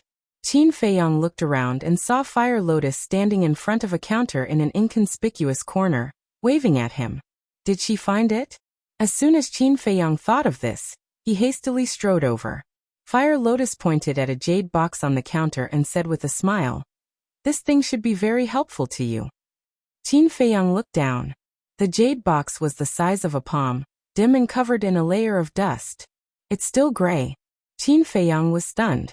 The fact that there was dust meant that no one had touched this jade box for a long time. And even the staff of the treasure pavilion didn't care much about it, otherwise they would have cleaned it every now and then. What good things could there be in a jade box that even the staff didn't care about? Qin Feiyang was a little suspicious. But why did Fire Lotus say that the things inside would be very helpful to him? Qin Feiyang looked at the label next to the jade box suspiciously. The label was also covered in a layer of dust. However, when he saw the contents of the label, he immediately froze, his eyes full of disbelief. Chaos Divine Art, a legendary secret art, has a heaven-defying power, allowing the original body and the inner demons to become one, doubling the strength. This secret art is indeed extraordinary, but in this world, no one can cultivate it. What a pity! A sigh suddenly sounded beside Qin Feiyang and Fire Lotus. The two of them were startled and turned their heads to look, only to see the man in the flame robe standing behind them. At this moment, he was looking at the label next to the jade box, shaking his head and sighing. "Hello both of you." The man in the flame robe also retracted his gaze and looked at the two of them with a smile. "Good." Qin Feiyang nodded. The man in the flame robe asked, "The two of you are looking at this chaos divine art. Could it be that you want to buy it?" "That's what I mean." Qin Feiyang smiled. Indeed, as the man in the flame robe said before, this chaos divine art was a legendary secret art, which had the ability to allow the original body and the inner demons to become one. And after the fusion, the battle strength would soar several times. It could be said that this was a supreme secret art. But there were restrictions. This chaos divine art could only be cultivated by people with the inner demons. On the other hand, if one didn't have the inner demons, even if they obtained the chaos divine art, it would be meaningless, like a piece of scrap paper. When the man in the flame robe heard Qin Feiyang's reply, a trace of surprise appeared on his face, and he asked in a low voice, "Brother, could it be that you have the inner demons?" Inner demons. When Qin Feiyang heard this, he lowered his head and looked at the jade box, a trace of unconcealable sorrow in his eyes. Fire Lotus secretly sighed and sent a voice transmission. "Qin Dage, this person came to talk to you for no reason. His purpose is definitely not simple. Don't expose any flaws." Qin Feiyang secretly replied and restrained his emotions. He turned to look at the man in the flame robe and shook his head with a smile. "I don't have the inner demons." "That's true. A person with the inner demons can't become a god. And brother's cultivation is at the initial stage of the war god realm. So naturally you can't have the inner demons. However, since you don't have the inner demons, why do you want to buy this chaos divine art?" The man in the flame robe was curious. Literature Museum. Chapter 1949. Fire Lotus raised an eyebrow and said unhappily, "It's our business if we want to buy it. What does it have to do with you?" The man was stunned and hurriedly cupped his hands. "I'm sorry for my rudeness. Please forgive me. If there's nothing else, go away. Don't bother us." Fire Lotus waved her hand impatiently. Yes. The man nodded with a smile and turned to leave. However, just as he turned around, he turned to look at Qin Feiyang and smiled meaningfully. "Brother, please take a good look at the label. There's a lot going on." With that, he turned around and left without looking back. "Label? Qin Feiyang looked suspiciously at the man's back, then lowered his head to look at the label again. Fire Lotus also glanced at the label and snorted. I didn't see anything fishy at all. He must be bluffing. Qin Dage, don't listen to his nonsense. No. Qin Feiyang waved his hand. What's wrong? Fire Lotus was stunned. Qin Feiyang said in a deep voice, look at the price tag on this label. Price tag? Fire Lotus looked down again, and her expression froze. There was actually a 0 on the label. In other words, the Chaos Origin Divine Art was given for free. Qin Dage, what's going on? Fire Lotus was puzzled. Although there were very few people in this world who had inner demons, this was a legendary secret technique after all. No matter what, the treasure pavilion wouldn't give it away for free. Qin Feiyang said, it looks like the Chaos Origin Divine Art is given for free, but it might actually be a trap. A trap? Fire Lotus was stunned. Yes. According to my guess, the treasure pavilion might be using the Chaos Origin Divine Art as bait to lure out people with inner demons. Qin Feiyang transmitted his voice. Fire Lotus was surprised. According to what you said, aren't you in danger? What danger am I in? Qin Feiyang was puzzled. You have inner demons. Fire Lotus thought. That was in the past. Qin Feiyang sighed. The inner demons were already dead. Even if he obtained the Chaos Origin Divine Art now, it would be meaningless. His intention to purchase the Chaos Origin Divine Art was purely to keep it as a souvenir. Fire Lotus was stunned for a moment before she transmitted her voice. Qin Dage, I'm sorry. I didn't mean to bring this up. It's all right. Qin Feiyang smiled faintly and looked at a staff member not far away. He smiled and said, come here. The staff member ran over and smiled at the two of them. Young master, young miss, is there anything you need? Qin Feiyang asked. Is this primordial chaos divine art for sale? Chaos Origin Divine Art. The staff member was stunned. He sized up Qin Feiyang and Fire Lotus and said, could it be that the two of you have inner demons? Qin Feiyang and Fire Lotus shook their heads. Then I'm sorry. We only sell this Chaos Origin Divine Art to people with inner demons. No, it's a gift. It's a gift to people with inner demons. The staff member smiled apologetically.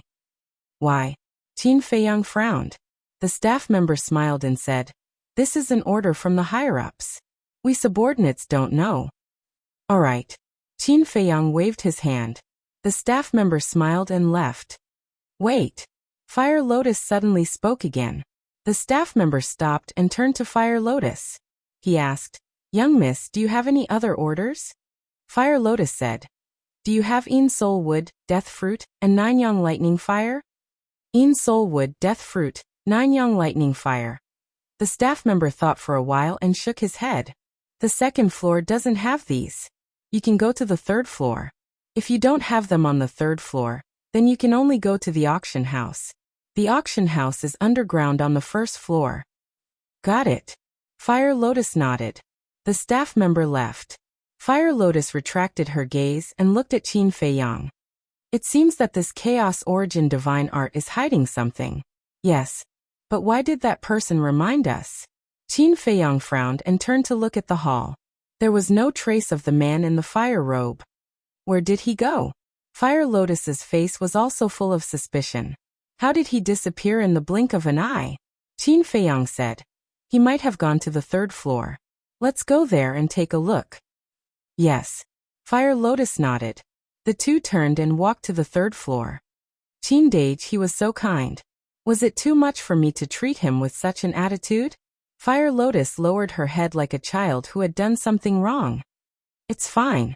Qin Feiyang smiled and said. The third floor. Apart from the hall, there were many more rooms. These rooms were specially set up for the distinguished guests of the Treasure Pavilion. With the VIP rooms, the hall was naturally much smaller. It wasn't even half the size of the first and second floor. Similarly, there were only 100 people on the third floor. But without exception, those who dared to enter the third floor were all people with status, power, or wealth. Among them, there were a dozen or so disciples of the Nine Heaven Palace. They were all war gods and above. This was really like the saying, War gods were as common as dogs. But on the third floor, Qin Feiyang didn't see the man in the fire robe. But he didn't deliberately look for him.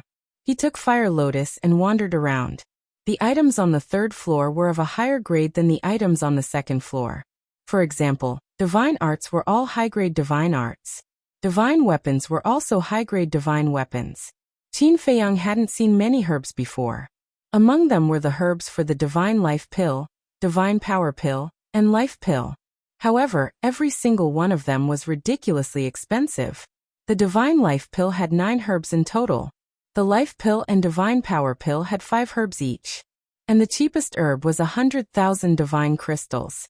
The most expensive herb was even 1,000,000 divine crystals. Qin Feiyang said, "Great-grandmother, don't cultivate for now. Help me count the Guo family's treasures. I might need them later." "Okay." Tantaili responded. She woke everyone up and started to get busy. Qin Feiyang walked around for a while and couldn't help but frown. Other than the herbs for the divine life pill, divine power pill, and life pill, there were also some herbs for the dead spirit barrier breaking pill, heavenly dust divine pill, for symbols limitless pill, and dragon soul primordial spirit pill. "It seems that I can only go to the auction house," Qin Feiyang muttered and was about to take the Fire Lotus to the auction house. But at this moment, a familiar figure came up the stairs. It was the man in the fire robe. But seeing Qin Feiyang, the man in the fire robe just smiled and walked into the hall. He walked to a counter and asked the staff member with a smile, "Do you accept dragon's blood here?" As soon as the voice sounded, the entire hall fell into a dead silence. Dragon's blood. Everyone looked at the man in the fire robe in unison. Qin Feiyang was about to go downstairs, but when he heard this, he immediately stopped and turned to look at the man in the fire robe. The staff member was also a little confused. "Do you accept it or not?" Seeing that the staff member didn't answer, the man in the fire robe asked again with a smile. "Yes, yes, yes." The staff member came back to his senses and quickly nodded. He looked at the man in the fire robe and asked, "Young master, what kind of dragon's blood is it? Is it essence blood or ordinary dragon's blood?" The man in the fire robe said, "It's not essence blood, just ordinary dragon's blood. As for what dragon's blood it is, it's none of your business." "Ordinary dragon's blood?"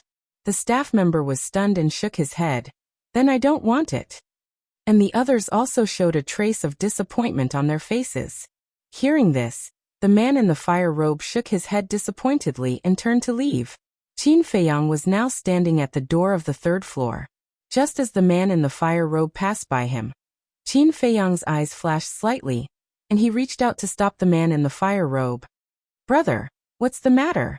The man in the fire robe was stunned and asked with a smile. Qin Feiyang smiled and said, "Brother, can I have a word with you?" "Sure. I happen to be going to the auction house. Why don't we go there and talk slowly?" The man in the fire robe asked. "My pleasure." Qin Feiyang nodded and smiled. "Please." The man in the fire robe stretched out his hand and smiled. "Please." Qin Feiyang cupped his hands and went downstairs with Fire Lotus. "Wait." But suddenly, a young man ran out of the hall and called out to the three. Qin Feiyang and the others stopped and turned to look. The young man was about 27 or 28 years old. He was short, only about 1.6 meters tall. He had a shifty-looking face, but there was a hint of shrewdness in his eyes. Qin Feiyang looked at the young man's chest, and his pupils shrank slightly. There was a flame pattern on this person's clothes. This meant that this person was a disciple of the Nine Heavens Palace. The man in the fire robe smiled and asked, "Is there something you need?" The young man ran in front of the man in the fire robe and said with a flattering smile, "This one is Peng'an, may I know brother's name?" The man in the fire robe was stunned and looked up with a smile. "It's rude to ask for a name as soon as you come up." Peng'an was stunned and smiled apologetically. "This one is rude, please forgive me." "It's fine. Just say what you need." The man in the fire robe laughed. Peng'an looked at Qin Feiyang and Fire Lotus and said, "Is it convenient?" Seeing this, Qin Feiyang tactfully took Huolian and turned around to walk towards the second floor. The man in the fire robe looked at the two of them and said to Peng'an, "Can you say it now?" Peng'en said in a low voice. May I ask, brother, do you really have dragon blood in your body? Of course. The man in the fire robe nodded. Peng'en curiously asked. Then where did you get this dragon blood? This. The man in the fire robe frowned. Peng'en smiled. Brother, what do you think? I'll use 10 soul stones to buy this information from you. 10 soul stones? The man in the fire robe was stunned, then shook his head and turned to go downstairs. 100 soul stones. Seeing this, Peng'en hurriedly said. But the man in the fire robe just shook his head and smiled, completely ignoring him. Peng'en was anxious and angry, and said angrily, Brother, don't be ungrateful. Do you know who I am? I'm a disciple of the 9 Heavens Palace. So what? The man in the fire robe smiled faintly. You. Peng'en was a little angry. He stepped in front of the man in the fire robe and said in a deep voice, Don't be so shameless. Get out of the way. The man in the fire robe raised his eyebrows and said indifferently, What if I don't? Peng'en looked at the man in the fire robe with a provocative face. The man in the fire robe frowned, and the atmosphere gradually became serious. Qin Feiyang and Fire Lotus were also standing at the stairs, looking at the arrogant Peng'en with a trace of disgust in their eyes. Literature Museum. Chapter 1950. Fire Lotus secretly said, This person is so annoying. Qin Feiyang transmitted his voice. But he is also a smart person. Smart. Fire Lotus frowned. Why was she praising him instead? Qin Feiyang laughed. To be able to think of so many things from a drop of dragon blood. If this isn't smart, then what is? Think of what? Fire Lotus was suspicious. Then what do you think I want to do with this person? Qin Feiyang asked back. I haven't thought about it. Fire Lotus shook her head. Actually, I also want to ask him about the origin of the dragon blood. Think about it, the dragon blood in his body can't have appeared out of thin air. It must have been obtained from a divine dragon. And although ordinary dragon blood doesn't have much attraction to everyone, a real divine dragon is something that everyone will covet. Qin Feiyang laughed. So that's how it is. Fire Lotus nodded in realization. Qin Feiyang continued. Of course a divine dragon is more valuable to us. What do you mean? Fire Lotus was suspicious. Dragon Soul Primordial Spirit Pill. The first medicinal ingredient of this pill is the divine dragon's soul. Qin Feiyang said. Fire Lotus was shocked when she heard this, and secretly said, You want to hunt a divine dragon? Qin Feiyang laughed. If there is such an opportunity, I will definitely not let it go. Hunt a divine dragon. Fire Lotus's heart was in disbelief. This guy really dared to dream. Qin Feiyang said. I really hope that the divine dragon this person knows is a perfect war god. Why must it be a perfect war god? Fire Lotus was puzzled. Because the dragon soul needed for this dragon soul primordial spirit pill must be at least a perfect divine dragon soul. Qin Feiyang laughed. It's getting crazier and crazier. Fire Lotus shook her head. A perfect war god divine dragon was only one step away from becoming a half-step divine lord. The flame-clothed man and Peng'en were still in a deadlock. Qin Feiyang raised his eyebrows, took a step forward, and pushed Peng'en away saying, You're not done yet, are you? You dare to push me? Peng'en looked at Qin Feiyang in disbelief. Who do you think you are? So what if you're a disciple of 9 Heavens Palace? You don't even dare to push? Don't take yourself too seriously. Qin Feiyang snorted coldly and ignored Peng'en. He looked at the flame-robed man and said with a smile, Brother, let's go. The man in the fiery robe laughed and strode down. Qin Feiyang also turned around and left. From beginning to end, he never looked at Peng'en again. Bastard, bastard, this is unforgivable. Peng'en was so angry that he gritted his teeth and smoke came out of his head. As a disciple of the 9 Heavens Palace, he was actually disregarded and humiliated by 2 nameless people? This was intolerable. Boom. He raised his fist and swooped down, aiming for Qin Feiyang and the flame-clothed man. Qin Feiyang frowned. Although this person was smart, he was not tactful at all. Stop. This is the treasure pavilion. No one is allowed to mess around. But just as Qin Feiyang was about to make a move, a staff member ran out and shouted at Peng stopped abruptly, his face turning green and red. Qin Feiyang did not make a move. He followed the flame-clothed man and walked to Fire Lotus. Peng shouted, "The three of you listen carefully. This time, you've provoked someone you shouldn't have." Fire Lotus said with a smile, "I really can't tell. How big of a background do you have?" "I don't have any background. But there's someone whose name can scare you to death." Peng sneered. Qin Feiyang and the other two stared blankly for a moment. They looked at each other before turning their heads to look at Peng, who was standing on top of the stage, showing off his prowess. The flame-clothed man laughed. "This is interesting. Then tell me, who is this person?" "Feng Zijuan," Peng said word by word. "Feng Zijuan." The flame-clothed man's pupils shrank when he heard this name. Qin Feiyang noticed the change in the flame-clothed man's expression. There was a trace of suspicion in his eyes. Who was this Feng Zijuan? How could he make this person change his expression? "Are you scared?" Peng sneered at the three of them. "Haha, scared, of course I'm scared. Who in Sky Dragon City doesn't know Feng Zijuan's name? But even if it's Feng Zijuan, he can't be so domineering." The man in the flaming robe laughed out loud. He turned around and walked to the first floor without looking back. Qin Feiyang and Fire Lotus looked at each other and quickly followed. "Preposterous. Just you wait." Peng roared and also ran to the first floor. Auction house.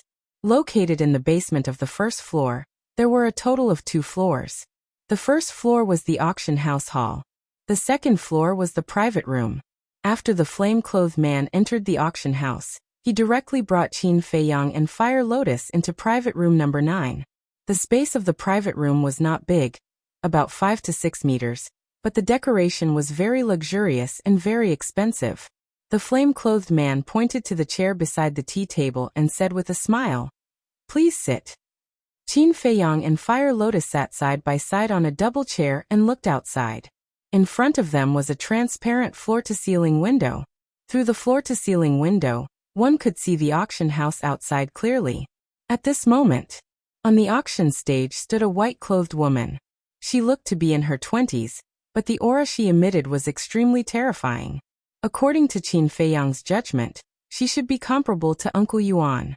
In other words, this woman was a half-step divine lord. And in front of the white-clothed woman, there was a long metal box. Inside, there was a 3-foot-long battle sword. Although the battle sword had not awakened, but from the sharpness it released, one could tell that it was a supreme-grade divine artifact at a glance. The people around the auction stage, as well as the people in the private rooms on the second floor, were all competing to bid. There's a good saying, there's no evil businessman. Generally, precious things will be auctioned here by the treasure pavilion. So if you want to find good things, you have to come here. The flame-clothed man said with a smile as he brewed tea. Qin Feiyang nodded and retracted his gaze. Looking at the flame-clothed man, he cupped his hands and smiled. "I'm Jiang Haoyan, and this is my sister, Fire Lotus Jiang. Brother, I wonder if you can tell us your name?" "Hui. Hua as in flame, E as in easy." The flame-clothed man smiled. "Hui," Qin Feiyang muttered. This name was also very unfamiliar. It seemed like he had never seen this person before. Hui poured 2 cups of tea and retreated to the front of Qin Feiyang and smiled. "It should be the first time you two have come to Sky Dragon City." Qin Feiyang nodded. Hui held the teacup and took a sip. Sky Dragon City is a place where dragons and snakes mix together. You two must be careful in the future. "Thank you for your concern, Brother Hua." "Brother Hua, may I ask who this Feng Zijuan is?" Qin Feiyang asked curiously. "This Feng Zijuan has a great background. I wonder if Brother Jiang has heard of the 9 Heavens Palace's Resource Hall Master." Hui asked. "Resource Hall Master? Isn't that young noble Feng's grandfather?" "Wait. Young noble Feng? Feng Zijuan? Could it be?" Qin Feiyang's heart trembled. He smiled at Hui. "I've heard of him." Hui said. "This Feng Zijuan is the Resource Hall Master's grandson." As expected. Qin Feiyang muttered inwardly. The two of them were blood brothers. Moreover, This Feng Zijuan should be the big brother that young noble Feng mentioned. Not only does Feng Zijuan have a powerful family background, but he also has extraordinary talent. Do you know his cultivation? Early Divine Monarch Realm, Hui said. So strong. Qin Feiyang was shocked. Early Divine Monarch Realm was even more terrifying than Yuan Bo, because of his strength and background. Many disciples in Nine Heavens Palace want to curry favor with him. That Ping'an just now should be one of them, Hui said. Qin Feiyang asked. In other words, this Ping'an is looking for information on behalf of Feng Zijuan? That's right. Hui nodded, then shook his head and said, let's not talk about this for now. Let's talk about your purpose of looking for me. Qin Feiyang smiled. Brother Hui is such a smart person. You should have thought of it. It's just as I expected. Hui smiled and pondered for a moment before saying, I can tell Brother Jiang the whereabouts of that divine dragon, but Brother Jiang has to agree to one condition. Speak. Qin Feiyang said. Hui said, I wonder if Brother Jiang knows about Nine Heavens Palace's disciple recruitment. I know a thing or two, Qin Feiyang said. Then, does Brother Jiang want to enter Nine Heavens Palace? Hui asked. I have this thought.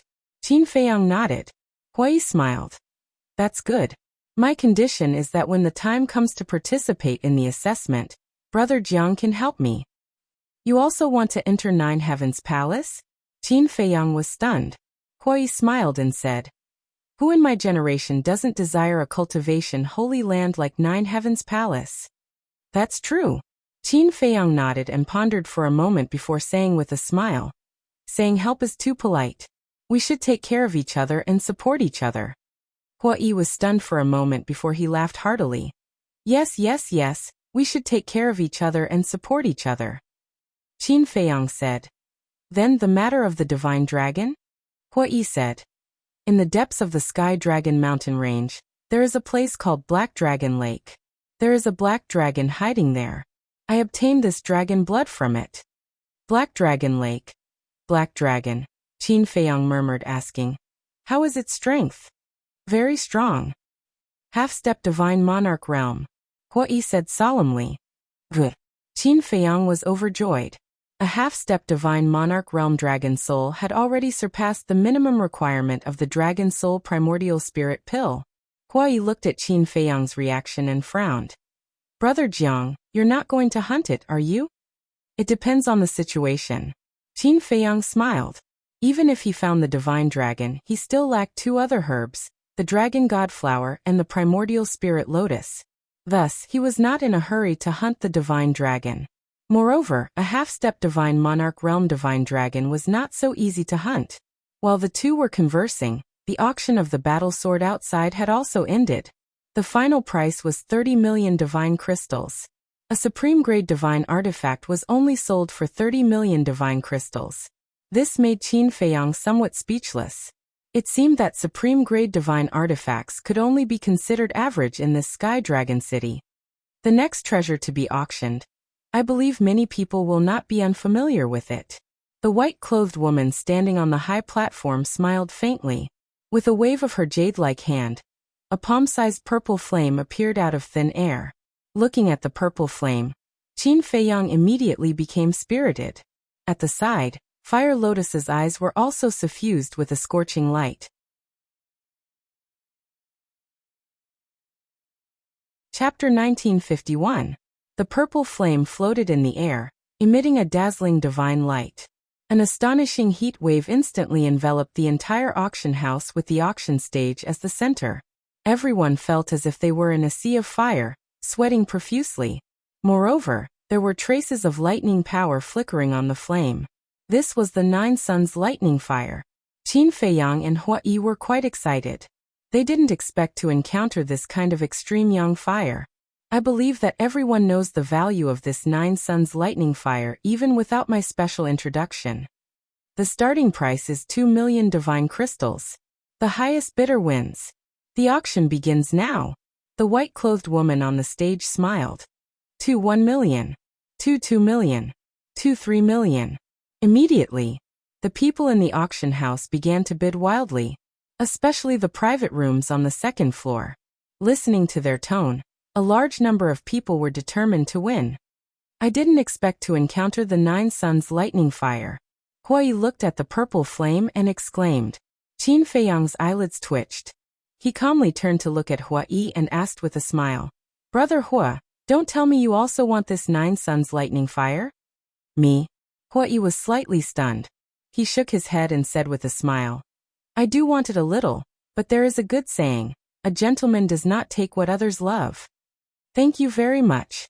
Qin Feiyang cupped his hands and smiled gratefully. Hua Yi asked suspiciously, but I'm a little curious.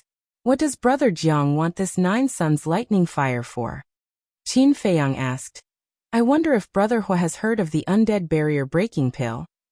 Undead barrier breaking pill? Hua Yi was stunned. He shook his head and said, I've never heard of this kind of pill. Never heard of it?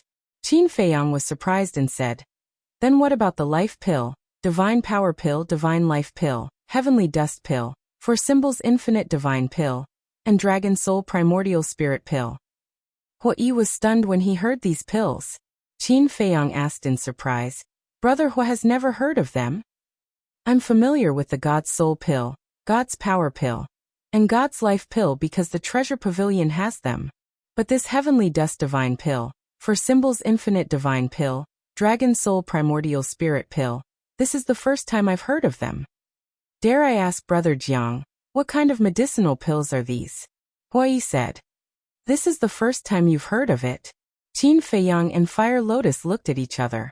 Originally, Qin Feiyang thought that such a terrifying place like the ancient realm would definitely have all kinds of medicinal pills.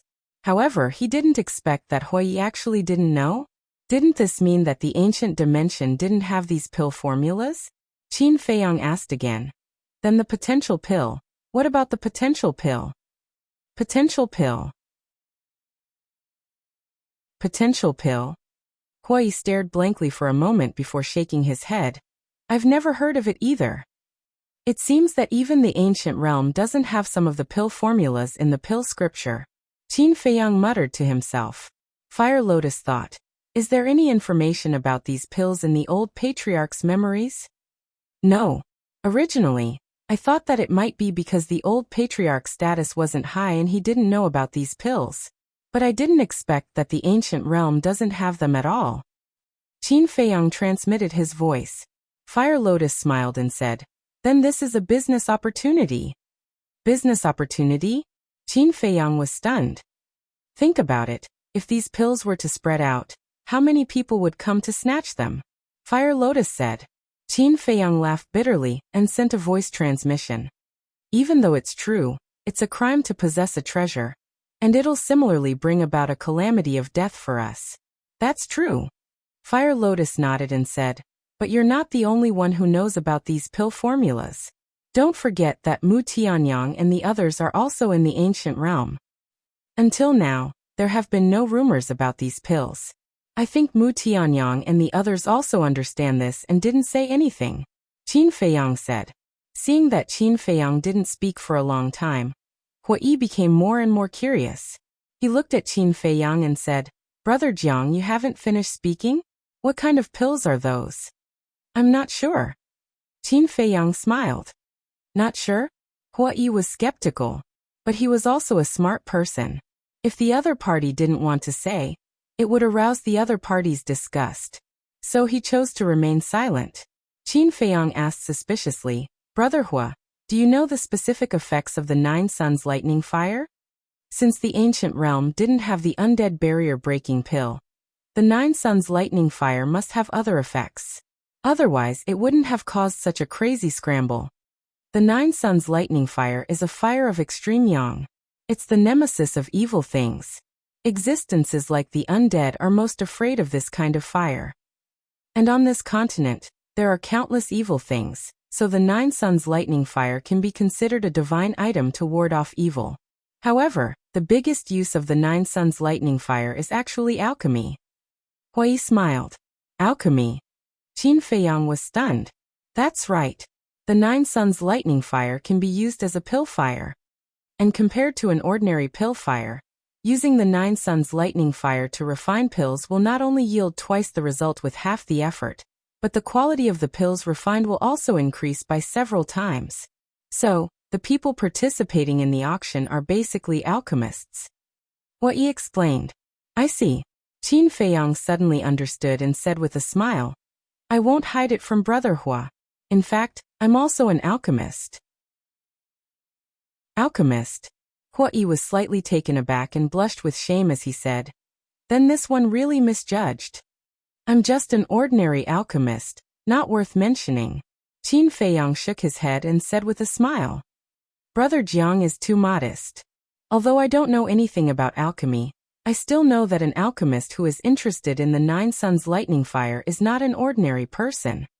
Wuxia said with a smile. When Fire Lotus heard this, she covered her mouth and said with a smile, Brother Wuxia, you really know how to flatter people. Flatter. Wuxia smiled and didn't say anything else. Qin Feiyang sized up Wuxia and his eyes flickered. Suddenly he shook his head and said, Little sister, he's not flattering me. This isn't flattery? Fire Lotus was suspicious. Brother Hua is reminding me that many of the people bidding for the Nine Suns lightning fire have status and status. He's telling me to think twice before acting. Qin Feiyang said.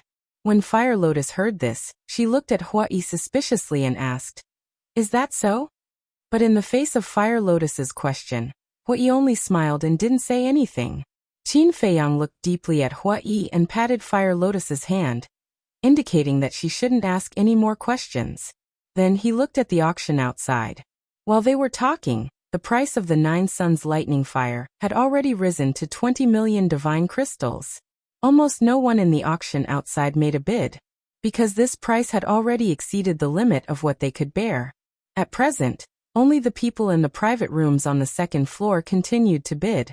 Those who could enter the private rooms, whether it was strength or financial resources, definitely far surpassed the others. Looking at the skyrocketing price, Fire Lotus was a little anxious. She secretly said, Qin Dage, if it really doesn't work, can we think of another way? She knew about Qin Feiyang's situation. He had just entered the ancient world and didn't have many divine crystals on him. Such a high price was really too difficult for him. Don't worry, I'll do what I can. Qin Feiyang secretly comforted her and said, Great-grandmother, have you checked? Yes, I have. Tantai Li's voice sounded in his mind. Then how many divine crystals do we have? Qin Feiyang secretly asked. We have more than 2 million. Tantai Li said. It's far from enough. Qin Feiyang secretly sighed. More than 2 million was not even enough to make up a fraction. As for divine weapons and divine arts, they are of the lowest level and have no value. But there are a lot of medicinal herbs and pills. For example, Divine Soul Pill, Divine Power Pill, Divine Life Pill. We have all the medicinal herbs for these pills. Tantai Li said again. I know. Thank you for your hard work. Qin Feiyang secretly said, then lowered his head and pondered. The price of the Nine Suns lightning fire was still rising. He didn't know what the final price would be. So even if he sold all the treasures he plundered from the Guo family, it would definitely not be enough. As for himself, he had given away most of his divine weapons. He didn't have anything valuable. Then only pills like potential pills were left. But once these pills appeared, there would be endless trouble and even a bloody storm. What should he do? Seeing that Qin Feiyang hadn't made a bid, Wuxia smiled and said, Brother Jiang, if you encounter any difficulties, you can tell me. Maybe I can help you. Qin Feiyang was stunned. He raised his head and looked at Wuxia. Why do you want to help me? We can meet several times in a day. Now we're even sitting here drinking tea and chatting. This is fate. Wuxia said with a smile. Huo Lian raised her eyebrows imperceptibly and sent a voice transmission. Big Brother Qin, isn't this person too enthusiastic? What do you think? Qin Feiyang secretly said. One who is unaccountably solicitous is hiding evil intentions. Fire Lotus said. Qin Feiyang pondered for a while and said, I do need to take precautions. First, he reminded him not to buy the Chaos Origin divine art on the third floor. Just now, he secretly reminded him not to compete with others for the Nine Suns lightning fire, if he didn't need it. And now he was actually going to help him. Frankly speaking, even he couldn't stand Huoyi's enthusiasm. It wasn't that Huai really had ulterior motives. Perhaps this person was really warm-hearted. But after a long time of scheming, Qin Feiyang couldn't help but be vigilant. After all, you may know a person for a long time without understanding his heart. It was never wrong to be cautious. I have a total of about 100 million divine crystals here. If Brother Jiang doesn't mind, you can take it. Huai took out a fiery red universe ring that looked like it was made of lava and placed it on the tea table. 100 million. Qin Feiyang and Fire Lotus were shocked. 100 million divine gems was an astronomical figure to them. Fire Lotus said, Qin Dage, you have to be careful. They had just met by chance, but he actually gave them 100 million divine crystals. There was definitely something fishy going on. Qin Feiyang's eyes flashed. Brother Hua, if you have any needs or conditions, you can tell me directly. Conditions? Huai shook his head and said helplessly, Brother Jiang, you think too much of a person's heart.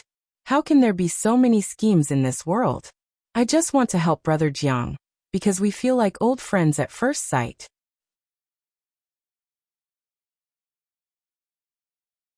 Chapter 1952. Hearing Huai's words, Qin Feiyang and Fire Lotus looked at each other.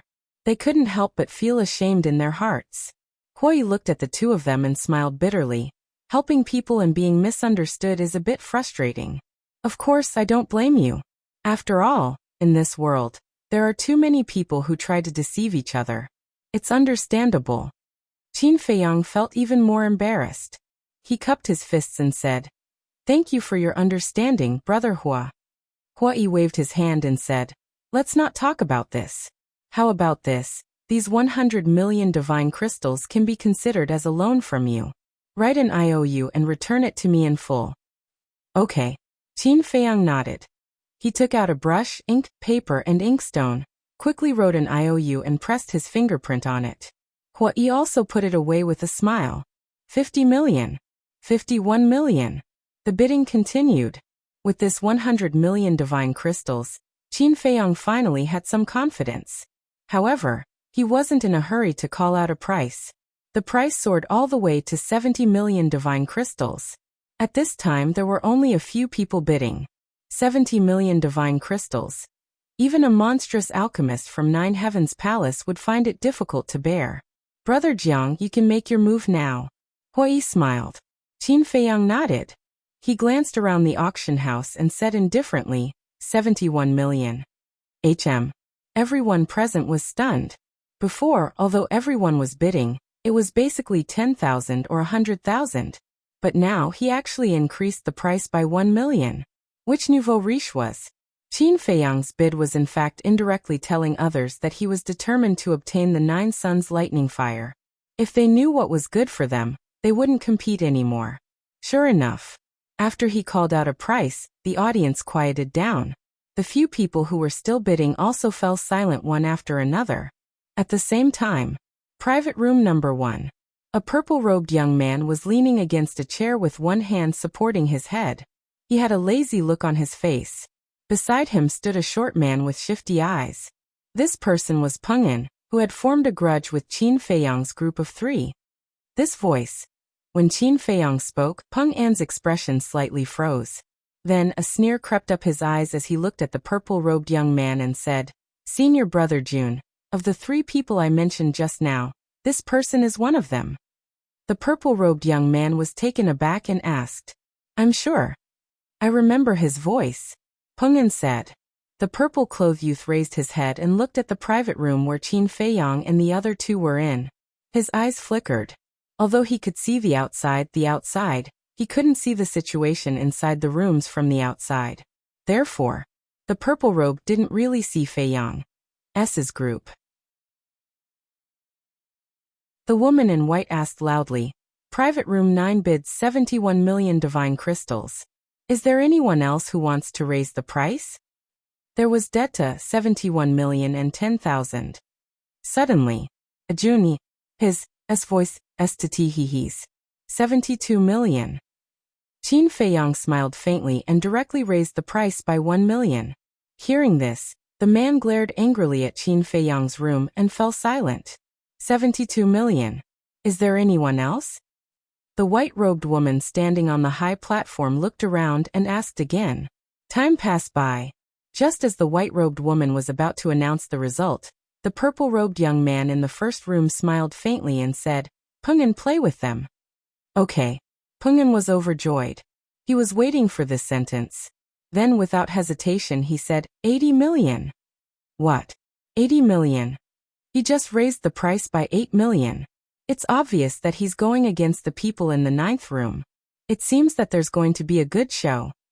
As soon as Pung'an's voice fell, the auction house became noisy. But Qin Feiyang's group of 3 couldn't help but frown. Hui smiled and said, "Brother Jiang, did you hear that? It's Pung'an's voice." Qin Feiyang nodded. Pung'an is just an ordinary disciple. He doesn't have the financial resources at all. I think someone must be helping him. That person should be Feng Zijuan. Hui said. Feng Zijuan. Qin Feiyang raised his eyebrows and looked at the first room, saying, "Is Feng Zijuan also an alchemist?" "He's not." Hui shook his head. If he's not an alchemist, why did he interfere? Fire Lotus was very angry. It's obvious that they want to take revenge on me. Hui shook his head and sighed. He looked at Qin Feiyang and Hui apologetically. "I'm really sorry to implicate you." "What are you talking about? At that time, I also humiliated Pung'an. With his personality, he definitely won't let me go." Qin Feiyang said. Hui sighed. "No matter what, this matter started because of me." "It's okay." Qin Feiyang waved his hand. 80 million. Is there anyone else? The woman in white was full of smiles.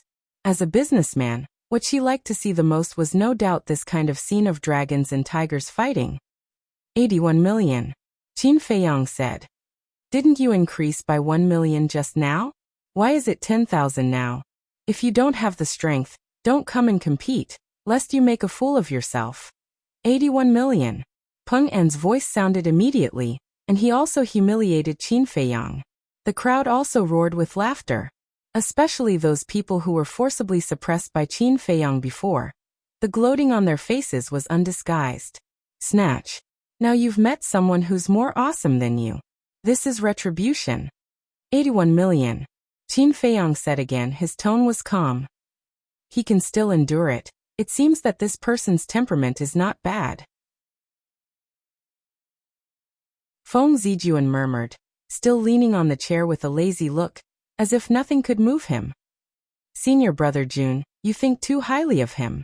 He must be pretending to be calm now, stubbornly holding on." Pung'an said. "In that case, let's test his bottom line." Feng Zijuan smiled faintly. "Okay." Pung'an nodded and shouted, 90 million. Gasp. As soon as this voice sounded, the people present couldn't help but gasp. 90 million divine crystals. This person was really generous. And the woman in white on the high platform was already blooming with joy. Although the 9 Suns Thunder Fire was a rare treasure of heaven and earth, 90 million had far exceeded its value. Moreover, the most important thing was that the price would exceed 100 million sooner or later if it continued to compete like this. Fire Lotus looked at Qin Feiyang and couldn't help but say, "Brother, why don't we just forget it? Even if they won, it would only benefit the treasure pavilion. It was not worth it." Feng Zijuan. Pung'an. Qin Feiyang's eyes flickered and suddenly smiled. 91 million. What? He dares to raise the price? Everyone was in disbelief. Which rich man was this, to be so bold? It seemed that he was really determined to get the 9 Suns Thunder Fire. Pung'an was also dumbfounded, and looked at Feng Zijuan at a loss. Feng Zijuan glanced at the 9th private room, and remained silent. Interesting. Gradually, the corner of his mouth raised slightly, and he said with a faint smile, 100 million. 100 million. Oh my God. One is more terrifying than the other. Everyone was shocked.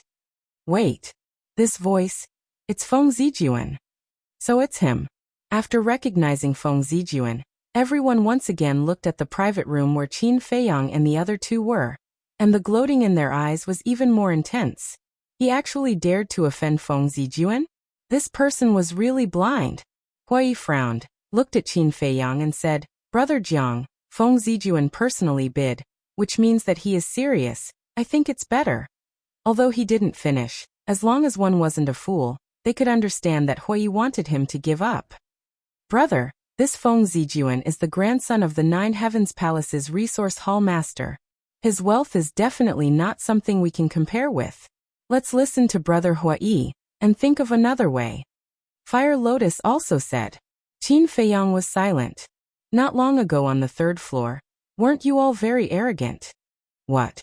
Have you become mute now? Haha. With this little ability, you dare to go against us. You really overestimate yourself. Peng An laughed, full of sarcasm. Fire Lotus hurriedly said, Brother, he is provoking you, don't be fooled. Brother Jiang, think twice. If you don't have enough divine crystals to pay, not only will you lose face, the treasure pavilion will not let you go easily. Hui also had a worried look. Qin Feiyang's eyes narrowed slightly and said, 10-10-000. What? Knowing that it's Feng Zijuan, he still dares to continue bidding. Who is this guy? Everyone was shocked. Feng Zijuan was also quite surprised. He personally spoke in order to intimidate. But obviously, the other party was not frightened by him. It seemed that this person was not a simple person. Feng Zijuan smiled playfully, looked at Peng An and said, You continue, raise the price to 200 million. 200 million? Peng An was shocked and hurriedly said, Senior Brother Jun, what if they suddenly don't want it? 200 million was not a small amount. Even Feng Zijuan would not be able to take out so much. That won't happen. Even now, he's still raising the price. He definitely needs this 9 Suns Thunderfire. Since that's the case, then of course I have to make them pay a price and let them know the consequences of offending me, Feng Zijuan. Feng Zijuan said with a faint smile. Senior Brother Jun is wise. Peng An gave a thumbs up, his face full of admiration, then puffed out his chest and raised his back, valiantly shouting, 110 million. Qin Feiyang continued, 110,000. 120 million. 121,100. 130 million. 131,100,000. At this moment, the entire auction house was dead silent. Only Qin Feiyang and Peng An's bidding continued to reverberate in the auction house. This invisible battle was getting more and more intense. One after another, astronomical figures kept appearing, making everyone numb. However, Hui, Fire Lotus, looking at Qin Feiyang who was crazily raising the price, was burning with anxiety. Especially Fire Lotus. She knew better than anyone how many divine crystals Qin Feiyang had. And it had far exceeded the amount she had. This was complete nonsense. But at the same time, she was very touched. Because everything Qin Feiyang did was for her.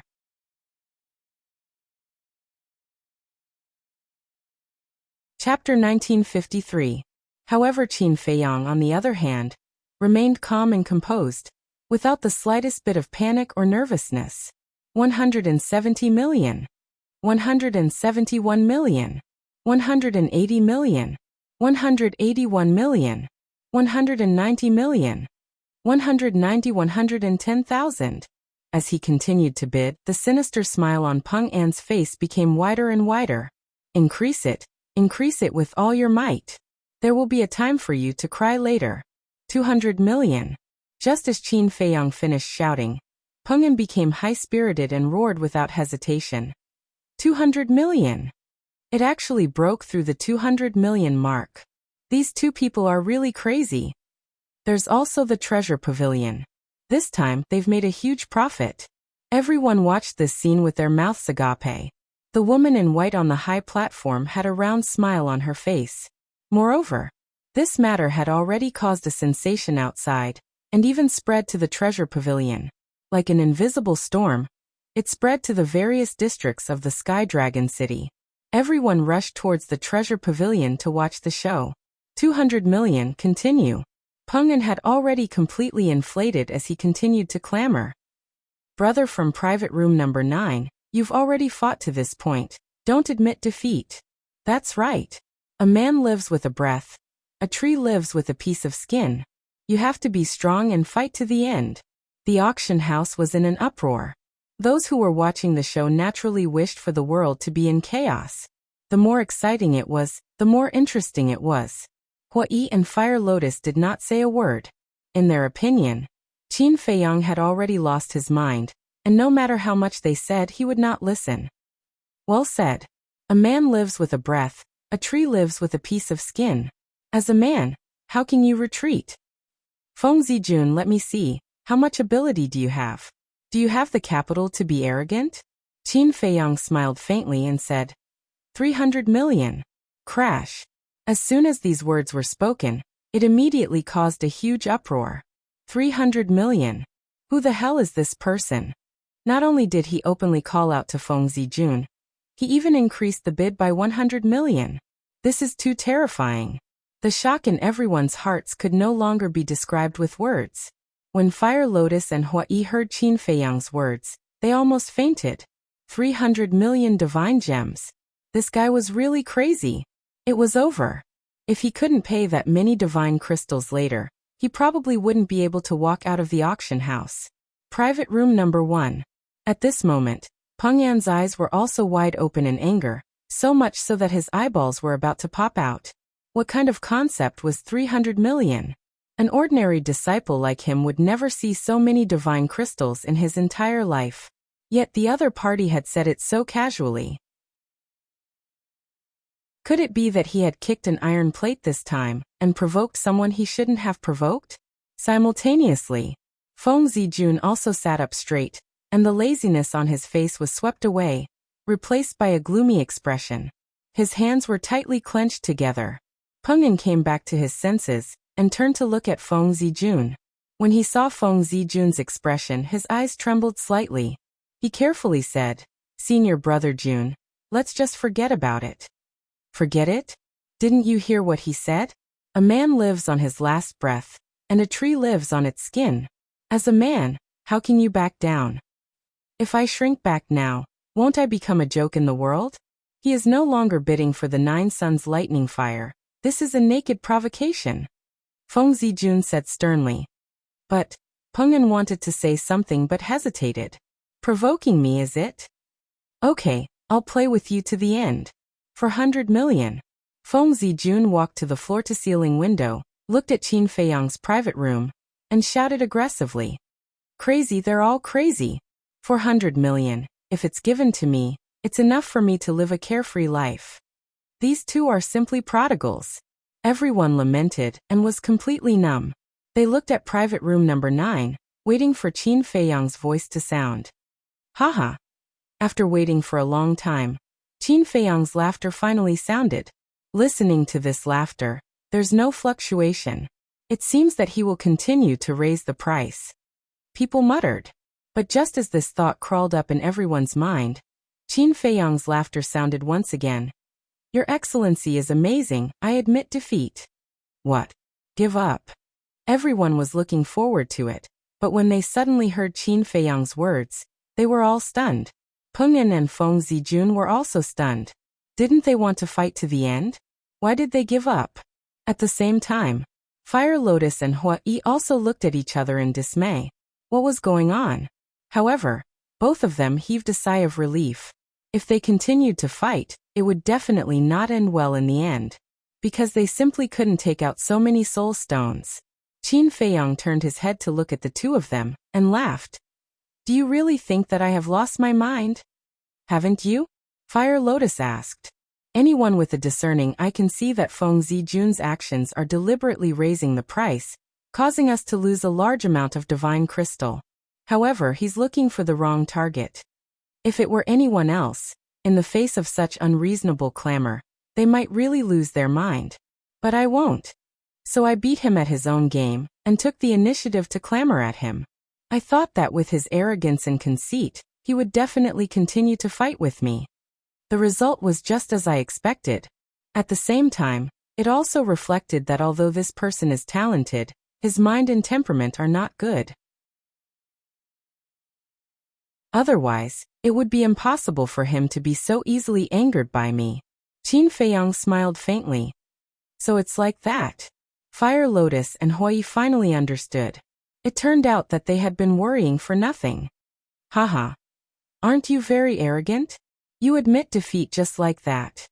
Sure enough, compared to senior brother Jun, you are just a slag. No, you can't even be considered a slag. Peng An's loud laughter suddenly resounded in the auction house. A stone stirred up 1,000 ripples. The entire auction house was also in an uproar. Everyone discussed animatedly, looking at the private room Qin Feiyang was in, their eyes full of ridicule. Feng Zijuan's face was also full of pride. Qin Feiyang smiled faintly and said, Feng Zijuan, think about it carefully, did you really win? What do you mean by that? Everyone was stunned, their faces full of suspicion. Feng Zijuan also frowned. Suddenly, his hands suddenly clenched, making cracking sounds. His face was also gloomy to the extreme.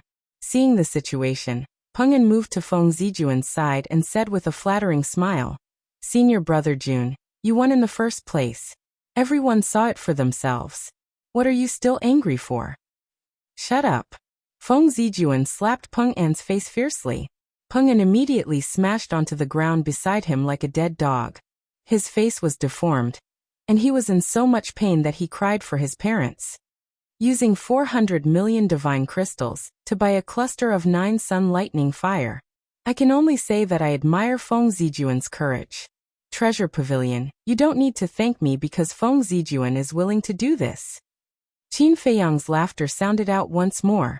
The auction house set off a huge uproar once more. Yeah. On the surface, it looks like Feng Zijuan won. But thinking about it carefully, that's not the case at all. This is simply a trap to lure Feng Zijuan into it. Haha. To think that this Feng Zijuan and Peng An were still smug. Actually, they themselves are the biggest idiots. Even a freak like Feng Zijuan was schemed against so tightly. This person's methods are profound.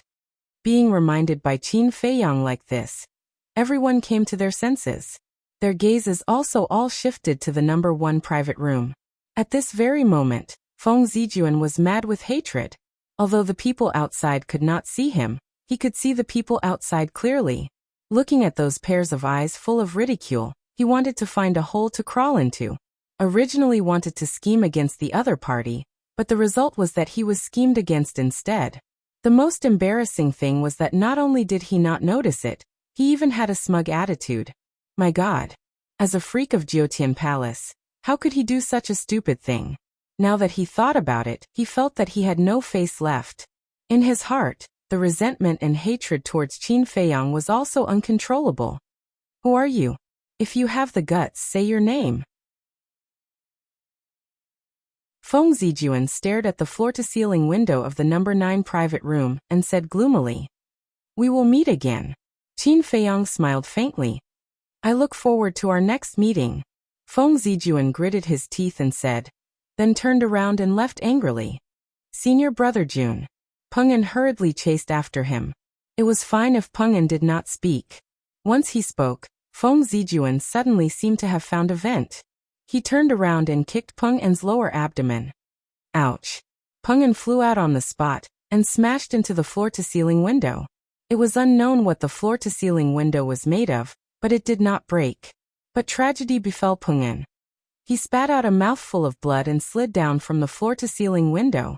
He knelt on the ground, clutching his lower abdomen, and howled miserably like a pig being slaughtered. So pitiful. Hearing Peng An scream, Fire Lotus laughed happily. This is called evil people will be dealt with by evil people. Qin Feiyang smiled, got up and looked at Fire Lotus and said, I have something to deal with. You stay here and chat with Brother Hua for a while. Fire Lotus glanced at Hua Yi and nodded to Qin Feiyang. Okay. Brother Hua, let's meet again later. Qin Feiyang said. Hua Yi smiled and nodded, and a glimmer of light flashed in the depths of his eyes. Qin Feiyang turned and walked out of the private room. He looked at the corridor on both sides. Seeing that there was no one, he closed the door of the private room and disappeared in an instant. Inside the private room, Hua Yi looked at Fire Lotus and smiled. Miss Fire Lotus, your big brother is a bit scary. Scary? Fire Lotus was startled. Without anyone knowing, he set a trap for Feng Zijun and made Feng Zijun lose all his face. He even took care of Peng An while he was at it. Killing 2 birds with 1 stone Isn't that scary? Huai shook his head speechlessly. Fire Lotus thought for a moment and laughed happily. Hearing you say that, it seems to be true. Don't be modest. Your big brother? No, it should be said that you siblings are not ordinary people. Huai laughed. Fire Lotus said, Isn't big brother Huai the same? Haha. Huai laughed heartily, picked up his teacup, and drank his tea while paying attention to the auction outside. And the auction house welcomed the next auction item. However, everyone was still talking about the matter between Qin Feiyang and Feng Zijun, and it seemed that it would be difficult to calm down in a short period of time. P.S. Old Meng has resumed updating.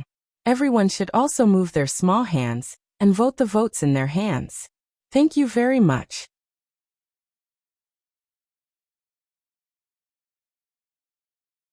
Chapter 1954. At the same time that Qin Feiyang disappeared, Feng Zijun angrily walked out of private room number 1. Peng An was still howling inside, but there was already a woman in red waiting outside. This woman was a staff member of the Treasure Pavilion. Seeing Feng Zijun come out, the woman in red immediately went up and smiled. Young Master Feng, please pay the bill in the VIP room. Seeing the smile on the woman's face, the anger in Feng Zijun's heart burned again. The woman's smile was actually very sincere, but in Feng Zijun's eyes, it was like she was mocking him. Move. Feng Zijun looked at the woman coldly and said. The woman in red paused and said patiently, Young Master Feng, you're a frequent customer of the Treasure Pavilion, so you naturally know our rules. After the auction, you have to pay the divine crystals in person before you can leave. Feng Zijun's eyes were gloomy as he clenched his fists tightly. The woman in red lowered her head and said, Young Master, please don't make it difficult for me. Feng Zijun took a deep breath and said, I don't have that many divine crystals on me right now. I'll pay after I return to Empyrean Palace. This. The woman in red frowned, unable to decide. Seeing this, the anger in Feng Zijun's heart burned again as he said angrily, I, Feng Zijun, am a monster of Empyrean Palace, and I'm famous in Sky Dragon City. Will I go back on my words? No, no, no. The woman in red quickly waved her hand and said, The Treasure Pavilion believes in young master's character, but the amount involved this time is too large. I really don't dare to make this decision. Feng Zijun said, If you can't make this decision, then let Shengguan Qiu do it. Okay. I'll get someone to call the steward. The woman in red nodded and said loudly, Guards. A guard ran over. The woman in red said, Take young Master Feng to VIP room number 1 and treat him well. Okay. The guard nodded and then looked at Feng Zijun with a smile.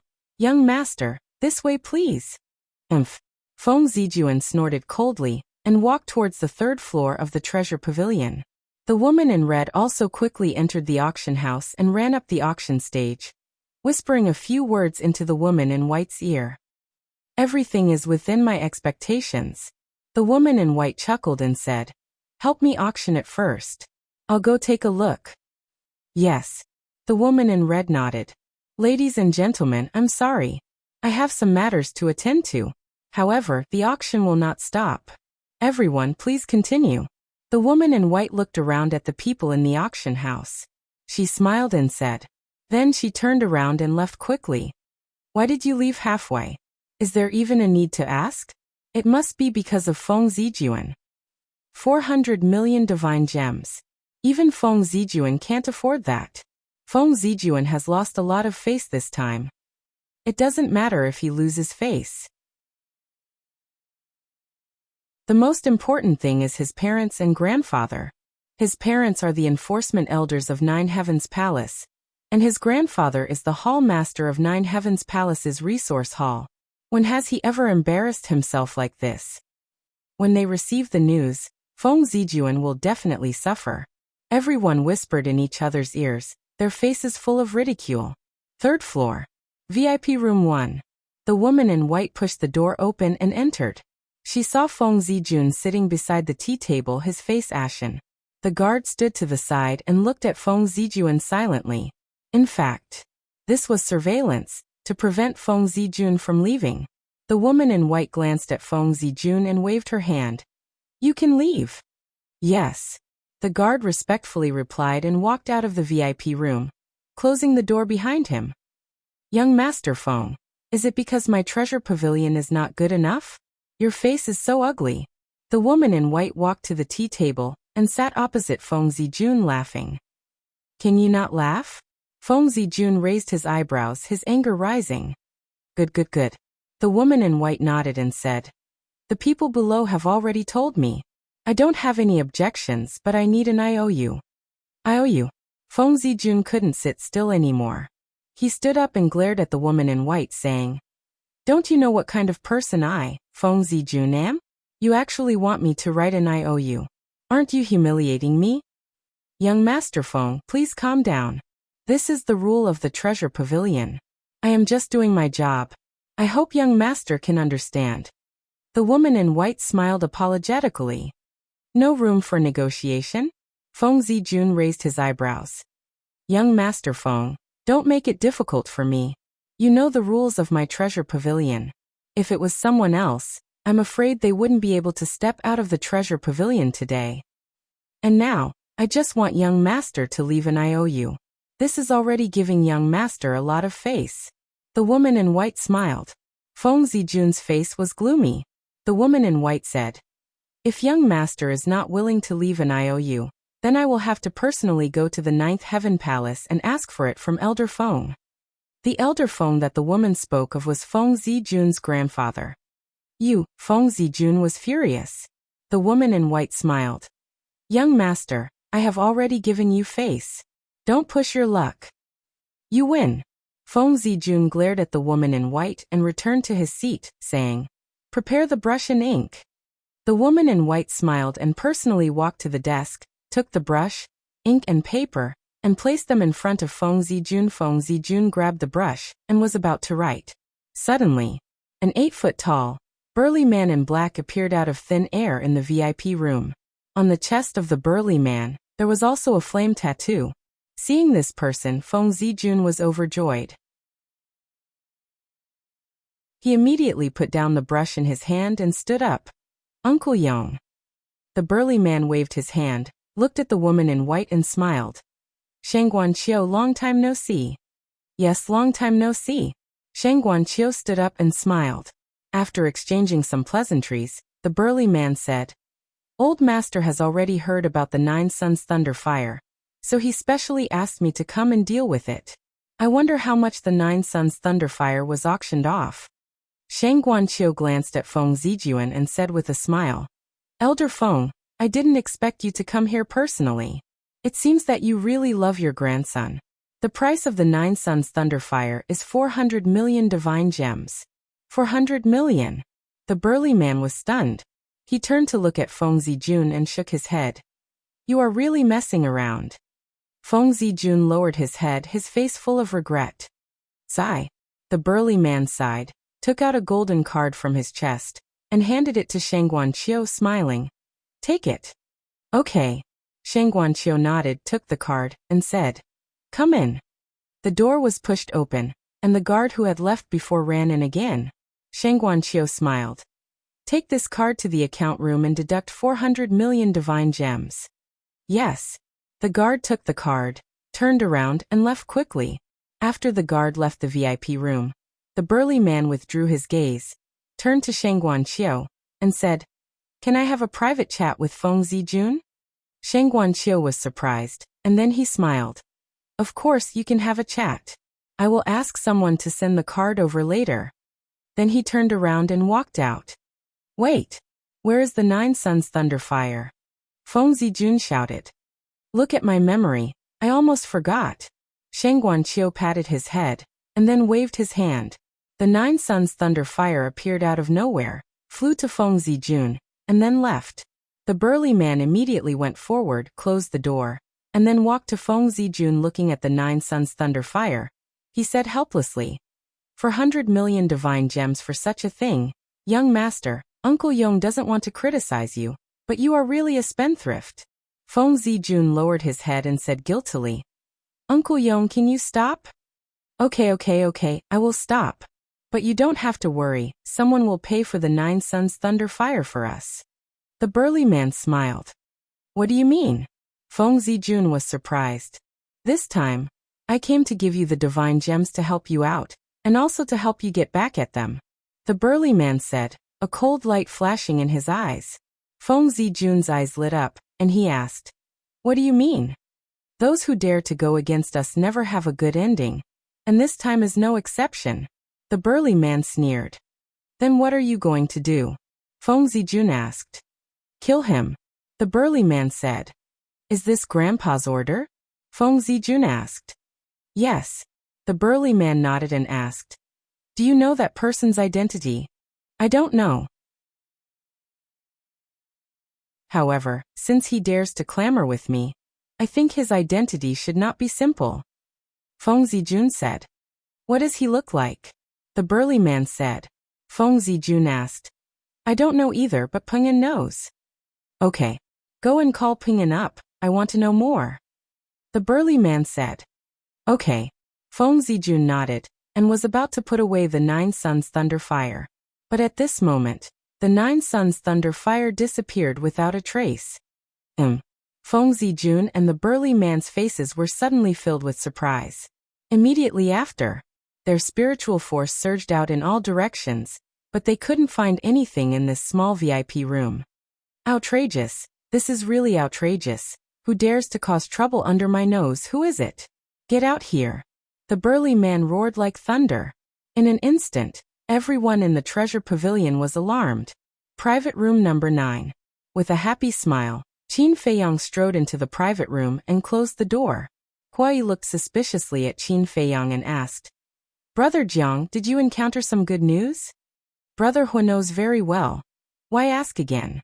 Qin Feiyang smiled and walked to the side of Fire Lotus, sitting on the chair with a satisfied expression. As expected, Huai shook his head and laughed. However, this kind of playboy had to be taught a good lesson. Qin Feiyang drank a mouthful of tea, turned to look at Huai, and said, Brother Hua, I also heard them talking, as if they want to harm us. Everything is as expected. Huai sighed. Qin Feiyang asked, That person called Uncle Yong, do you know who he is? Uncle Yong?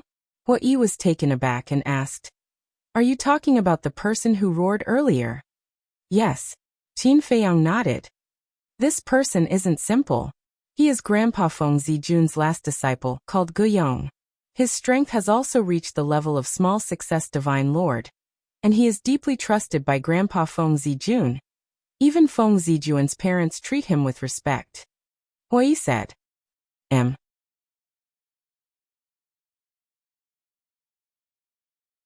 Chapter 1955. Junior Monarch God. Fire Lotus was shocked. She looked at Qin Feiyang and said, Brother, it seems like we're in big trouble this time. What can they do to us without any evidence?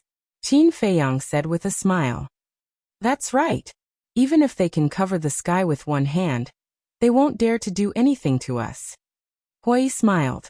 Dong. At this moment, there was a knock on the door. The 3 of them turned to look at the door. Qin Feiyang laughed and said, They're so fast. Fire Lotus said, Brother, why don't we leave first? Leave? Isn't that the same as confessing? Don't be nervous. Just keep quiet. I'll deal with them. Qin Feiyang patted Fire Lotus's shoulder and said, Come in. The door opened and a woman in white entered the room. It was Shengguan Qiu. Behind Shengguan Qiu, Guyong and Feng Zijun looked gloomy.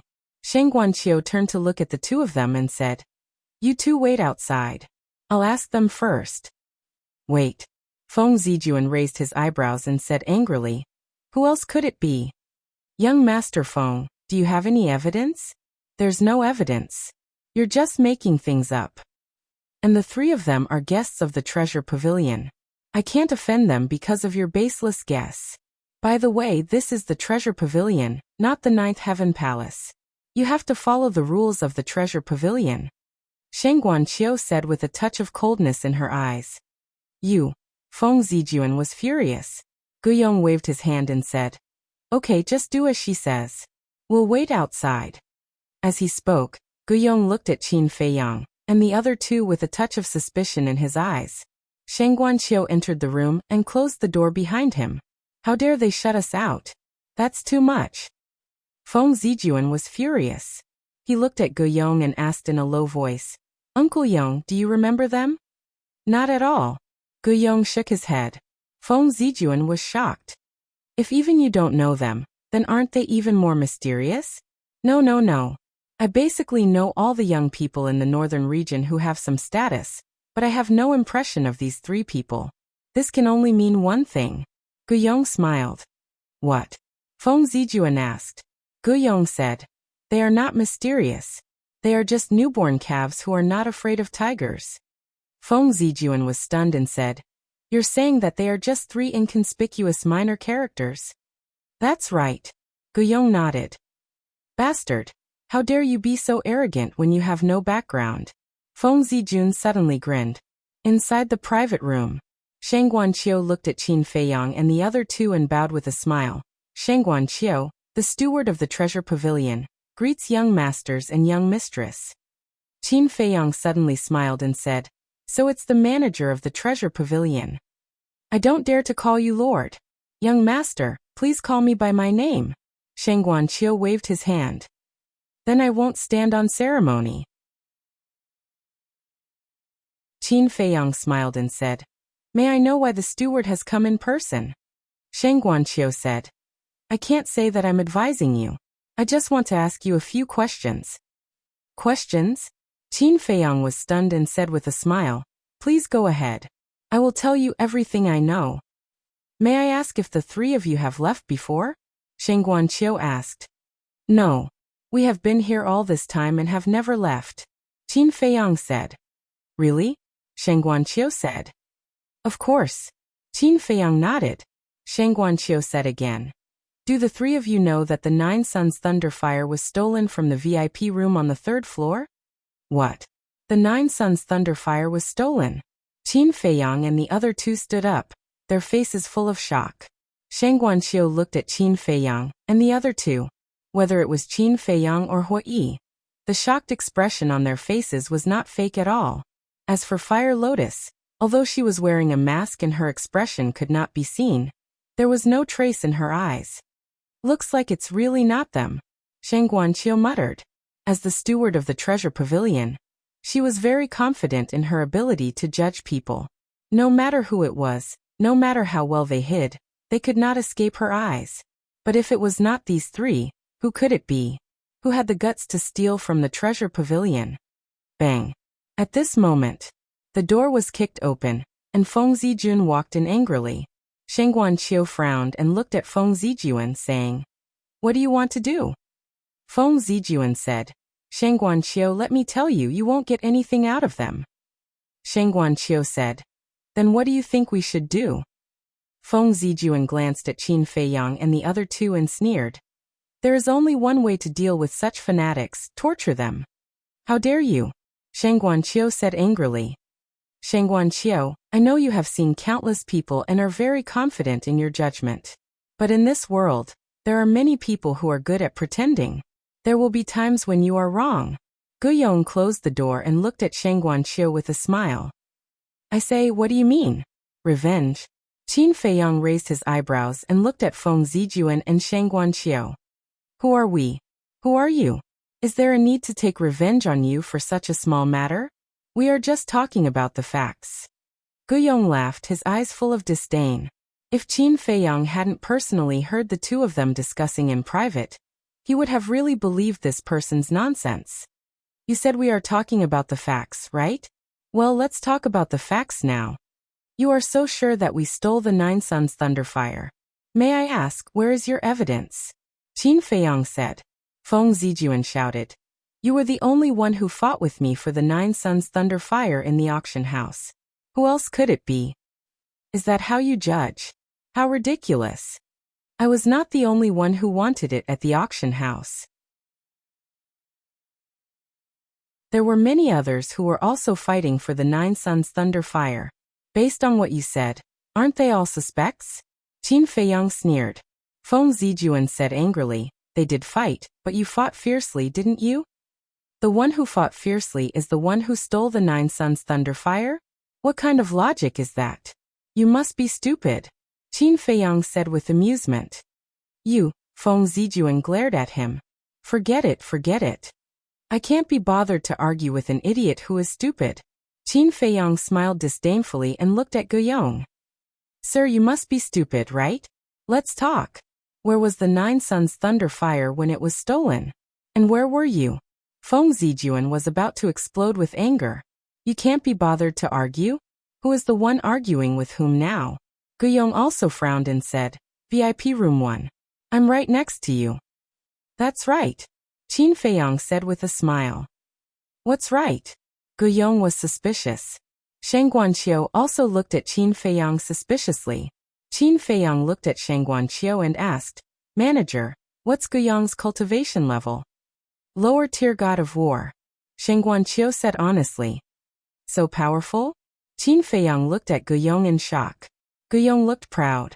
Qin Feiyang sneered in his heart. He continued to look at Shang Guanqiu and asked, Manager, what's our cultivation level?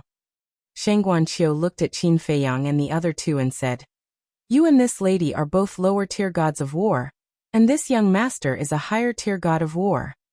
That's right. 2 lower-tier gods of war and 1 higher-tier god of war. Can we steal the Nine Suns lightning fire in front of a lower-tier divine emperor? Qin Feiyang said. That's right. Shang Guanqiu mumbled. The difference in cultivation level was too big. Even if the 3 of them had incredible abilities, they couldn't steal the Nine Suns lightning fire in front of Guiyong without anyone noticing. Guiyong frowned and looked at Qin Feiyang. He had an ominous feeling. A lower-tier divine emperor. Such a terrifying existence. I'm afraid that even if we have the divine item of space, we can't steal the Nine Suns lightning fire. Moreover, we're in the treasure hall. Even if we borrow courage from the heavens, we won't dare to cause trouble in the treasure hall. Qin Feiyang sighed. Shang Guanqiu nodded and said, That makes sense. In your opinion, what's the trick behind this? Qin Feiyang glanced at Guiyong and Feng Zijuan. He pondered for a while and asked, Manager, do you really want me to say it? Just say it. Shang Guanqiu said. Qin Feiyang said, Okay, let me ask first. When the Nine Suns lightning fire was stolen, was the manager in the VIP room? I wasn't. Shang Guanqiu shook his head. Why not? Qin Feiyang was puzzled. Shang Guanqiu said, Because Guiyong said that he wanted to talk to Feng Zijuan in private, so I left. I see. Qin Feiyang suddenly understood and said with a smile, Then I understand. Guiyong, Feng Zijuan, you two are really good at scheming. What do you mean? Feng Zijuan was at a loss. Guiyong's uneasiness grew stronger. Qin Feiyang looked at Feng Zijuan and said angrily, Don't you know what I mean? Previously at the auction house, I embarrassed you, and because you held a grudge in your heart, you deliberately put on this show with Guiyong to frame us. Frame us? Shang Guanqiu was stunned. After hearing this, Feng Zijuan was also stunned. When he came back to his senses, he immediately shouted, Nonsense! Nonsense? Then why did you send Shang Guanqiu away? Qin Feiyang sneered. Send me away? Shang Guanqiu frowned. Yes. They were sending you away. Because if you were there, they wouldn't be able to fake the scene of the Nine Suns lightning fire being stolen. In fact, they faked the theft of the Nine Suns lightning fire to take revenge on me. They were also using someone else to do their dirty work. Qin Feiyang said. That makes sense. The Nine Suns lightning fire was stolen from the treasure pavilion, so the treasure pavilion can't escape the blame. For the sake of the treasure pavilion's reputation, you will definitely investigate to the end. Then they will take the opportunity to instigate you to get rid of us. After Hui finished, he looked at Guiyong and Feng Zijuan and sneered. What a brilliant plan, I admire it. You're slandering me. Feng Zijuan shouted angrily. Guiyong was also extremely angry. He never thought that he would be the one being blamed. He looked at Shang Guanqiu and said in a low voice, Do you believe their words?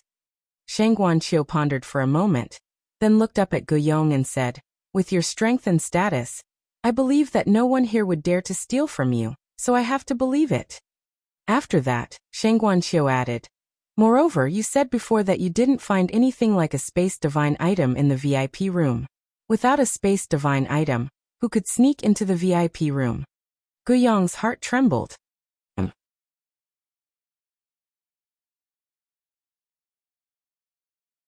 Chapter 1956. Qin Feiyang looked at the two of them and sneered.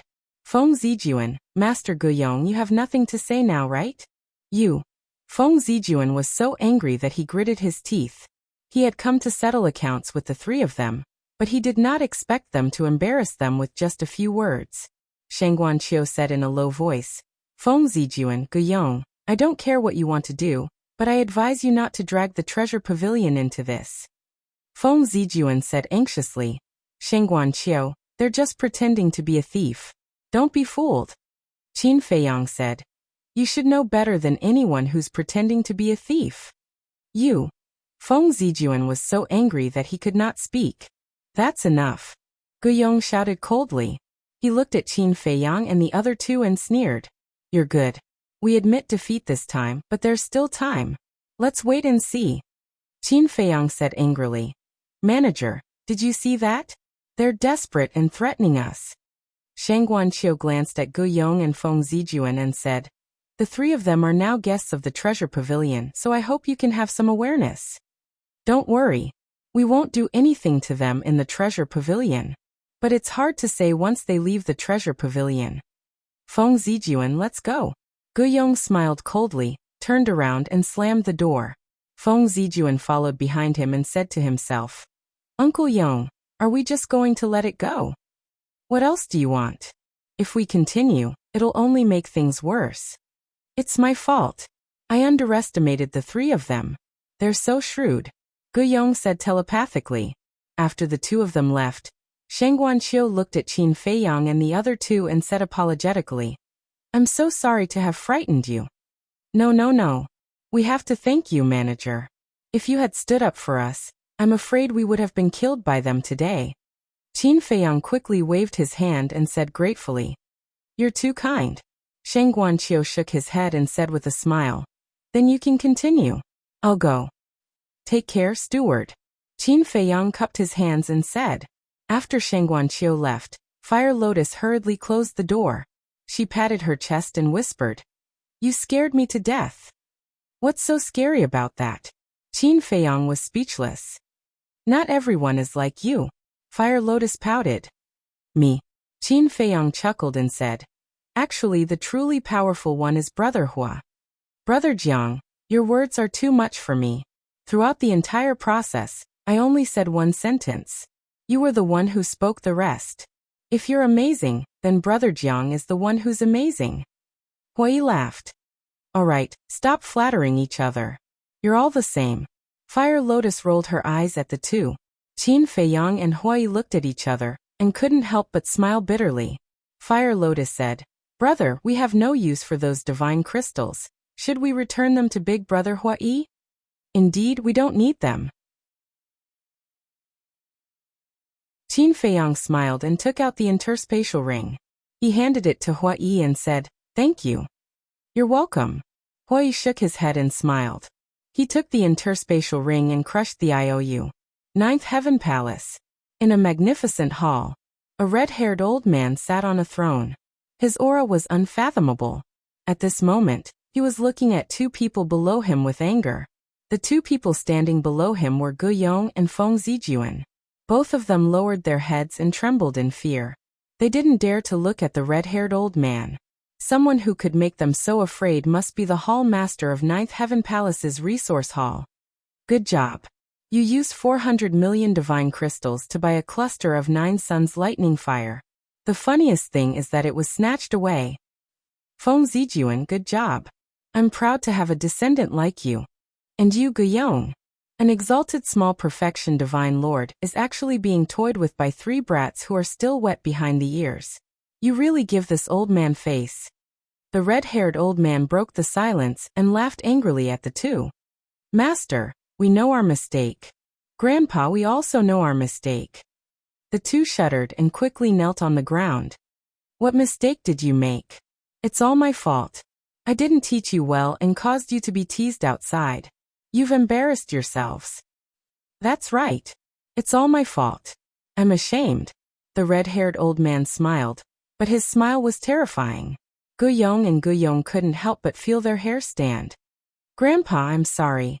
Guyong lowered his head and said with a face full of self-blame. I'm sorry, the red-haired old man chuckled. But suddenly, he slammed his palm on the armrest of the chair and landed in front of Feng Zijuan. He slapped Feng Zijuan's face. Feng Zijuan flew out on the spot and pretended that his head was bleeding. What's the use of saying sorry? Let me tell you, this isn't a disgrace to you. It's a disgrace to this old man and your parents. Tell me, after doing such a stupid thing, how do you want this old man and your parents to face the world in the future? Face the disciples of Nine Heavens Palace? The red-haired old man blew his beard and glared. He was extremely angry. Grandpa, I was wrong. I won't do it again. Please forgive me this time. Feng Zijuan ignored the blood on his face and crawled to the red-haired old man and begged. Scram. Go and reflect on your mistakes.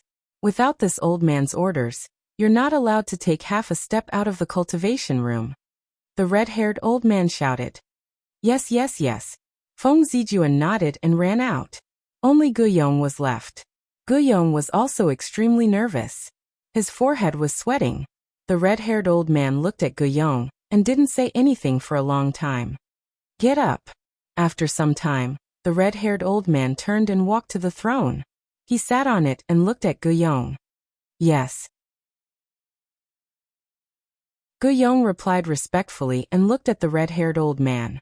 The red-haired old man asked, Who are those three people? Guyong said, Disciple doesn't know them. According to Disciple's guess, they should be people who came to Sky Dragon City for the first time. The red-haired old man said, Then it's easy. Find a chance to make them disappear. This time, there can't be any accidents. Also, don't let anyone see them. Disciple understands. Guyong nodded. The red-haired old man asked again, How is Gongzi Feng? Guyong said, He's still secretly doing things like killing people for money. But apart from that, he's quite honest. Honest? Humph. His existence is the shame of my Feng family. The red-haired old man snorted coldly. Master, forgive this disciple for offending you. Actually, compared to Feng Zijuan, Gongzi Feng's character and personality are much better. Guyong said. Of course this old man knows. But there's no other way. He can only blame himself for being an illegitimate child. My Feng family can't afford to lose face like this. The red-haired old man said. Guyong couldn't help but sigh. The red-haired old man said. In short, his identity as an illegitimate child can't be revealed. Especially his mother's identity, no one can know about it. Yes. Guyong nodded. Go. The red-haired old man waved his hand. This disciple will take his leave. Guyong bowed respectfully and turned around to leave. Also in Nine Heaven Palace, in a training room, a purple-clothed youth stood in the training room with a shocked expression. This person was Gongzi Feng. In the air in front of Gongzi Feng there were two figures. They were the two perfect war god-level strong men. A moment later, Gongzi Feng finally regained his senses. Looking at the two men he asked, Are you sure? Of course. This matter has already spread throughout Sky Dragon City. The two men nodded. Haha. Gongzi Feng raised his head and laughed. I really didn't expect, my big brother to make such a big mistake. This is great. Yes. Feng Zijuan made such a big mistake, your grandfather Feng Yuan won't let him off easily this time. The two men said. Sa. Hearing this, Gongzi Feng let out a long sigh. Gongzi, why are you sighing? The two men didn't understand. Although Feng Zijuan made a mistake and embarrassed the Feng family, he is different from me. If it were me this time, I would definitely be dead. But Feng Zijuan, that old bastard, at most, he would be scolded a few times and face the wall for a few days. Gongzi Feng shook his head. Gongzi. The two men looked at Gongzi Feng with pity in their eyes. All right, you don't have to look at me with such pitiful eyes. I still believe that gold will shine sooner or later. Gongzi Feng smiled. Yes. The two men nodded. Gongzi Feng asked, Have you seen the person who tricked Feng Zijuan? No. They were in the private room and didn't see each other. Maybe only Sheng Guanqiu saw them. The two men said. Gong Zifeng pondered for a while and said, find a chance to meet them. Meet them for what? The two men were suspicious. Gong Zifeng smiled and said, haven't you heard of this saying? The enemy of my enemy is my friend. I see. But won't it be a little abrupt for us to suddenly meet them? The two men frowned. Find a reason, then it won't be abrupt, Gong Zifeng said. What reason? The two men asked. I know that old bastard's character. This time he has embarrassed Feng Zijuan in public. He will definitely not let it go. Gong Zifeng sneered. One of the men said, Gongzi, do you mean that Feng Zijuan will find a chance to get rid of them? That's right. Go immediately, don't miss the opportunity, and be friendly, Gong Zifeng reminded. We are now in the alley near the treasure pavilion. We won't miss it. The two men laughed. Very good. I will also go and show some concern for Feng Zijuan and see how miserable he is now. Gong Zifeng smiled mockingly, turned off the image crystal, got up, and strode out of the cultivation room. Private room number 9. Qin Feiyang and Hua Yi were drinking tea and chatting while paying attention to the auction outside. They were like two old friends who hadn't seen each other for many years, chatting happily. Brother Jiang, I don't think there are any good things left. Why don't we change places and have a few more drinks? Hua Yi suggested. I have the same idea, but I want to wait a little longer. Qin Feiyang smiled. They had the 9 Suns Thunder Fire and the Ghost Flower. They only lacked the Ghost Wood and the Death Fruit. If there was an auction later, wouldn't they miss it? Oi. Hua Yi nodded and smiled.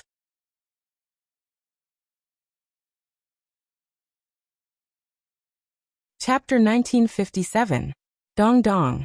Just as Qin Feiyang and Hua Yi finished their conversation, another series of knocks came from the door. Qin Feiyang and the other two looked at each other, a trace of suspicion creeping into their eyes. Could it be Feng Zijuan again? Come in.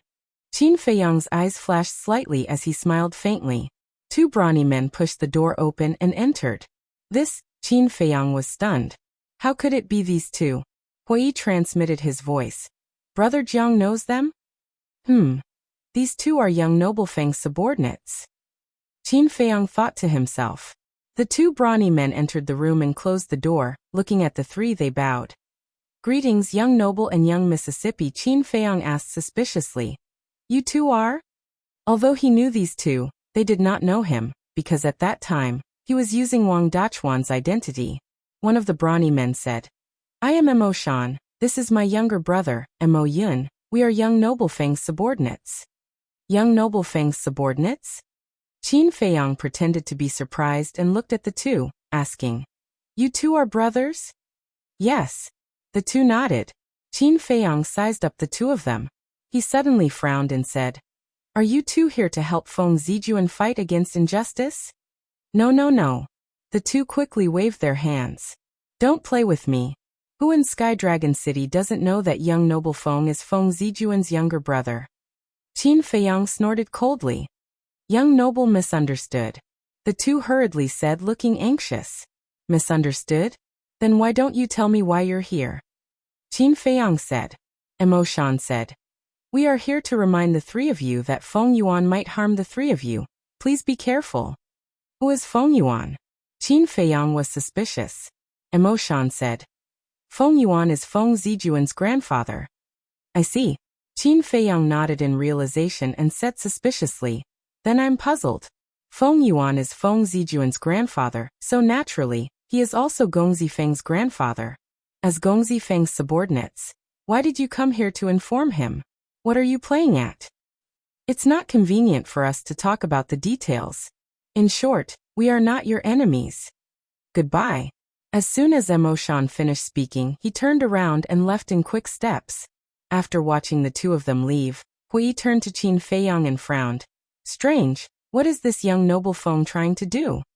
Brother Hua, you might not know this, but Gong Zifeng is actually an illegitimate son. Usually whether it's his big brother, big sister, or his grandfather, they don't like him. Qin Feiyang said with a smile. What? He's an illegitimate child. Hua Yi was stunned. Qin Feiyang looked at Hua Yi's expression and smiled. Even Brother He doesn't know. It seems this matter is a secret. How unexpected. Hui shook his head. Time flew by, and night fell. The auction finally ended. However, what Qin Feiyang and Mo Shan wanted did not appear. Although they were mentally prepared, the two of them were still disappointed. Let's go, Qin Feiyang said as he stood up. The three of them left the treasure pavilion. At night, Sky Dragon City was even more lively. This was especially true in those brothels, where the sounds of orioles and swallows could be heard, and people could drink and sing. At the same time as the three of them left the treasure pavilion, there was a black shadow that had been hiding in the shadows the entire time, following them. Hui smiled. Brother Jiang, do you know which restaurant is the most famous in Sky Dragon City? I don't know. Qin Feiyang shook his head. Jade Zither Restaurant. Hui said. Is it very interesting? Qin Feiyang was curious. Of course. There is a fundamental difference between the Jade Zither restaurant and other restaurants. The other restaurants are usually filled with romance and extravagance. But this Jade Zither restaurant is an elegant and quiet place. Hui smiled. Qin Feiyang smiled. For Brother He to praise it like that, it must be extraordinary. I really want to go take a look. Hui said. Okay, I'll lead the way. You treat. Qin Feiyang shook his head and laughed.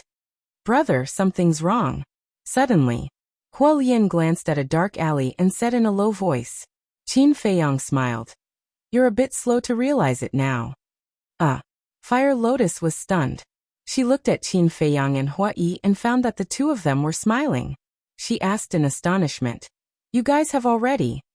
The moment we left the treasure pavilion, I already noticed that someone was following us. It's just that I didn't say anything. Qin Feiyang smiled faintly. This person must be Feng Yuan's lackey. It seems that Mo Shan and Hui are right. This Feng Yuan won't let this go. Hui shook his head and sighed. Although Feng Yuan's people wouldn't dare to make a move against them in public, as long as they left Sky Dragon City, they would definitely fall into danger. It would be a lie to say that he didn't have a headache after getting into such a big trouble. Hui sent a sound transmission. Brother Jiang, I want to ask, how do you plan to deal with this matter? Different situations call for different actions. Qin Feiyang laughed, without the slightest bit of worry on his face. Haha. Different situations call for different actions. Compared to Brother Jiang's temperament, I'm really lacking. Hui laughed.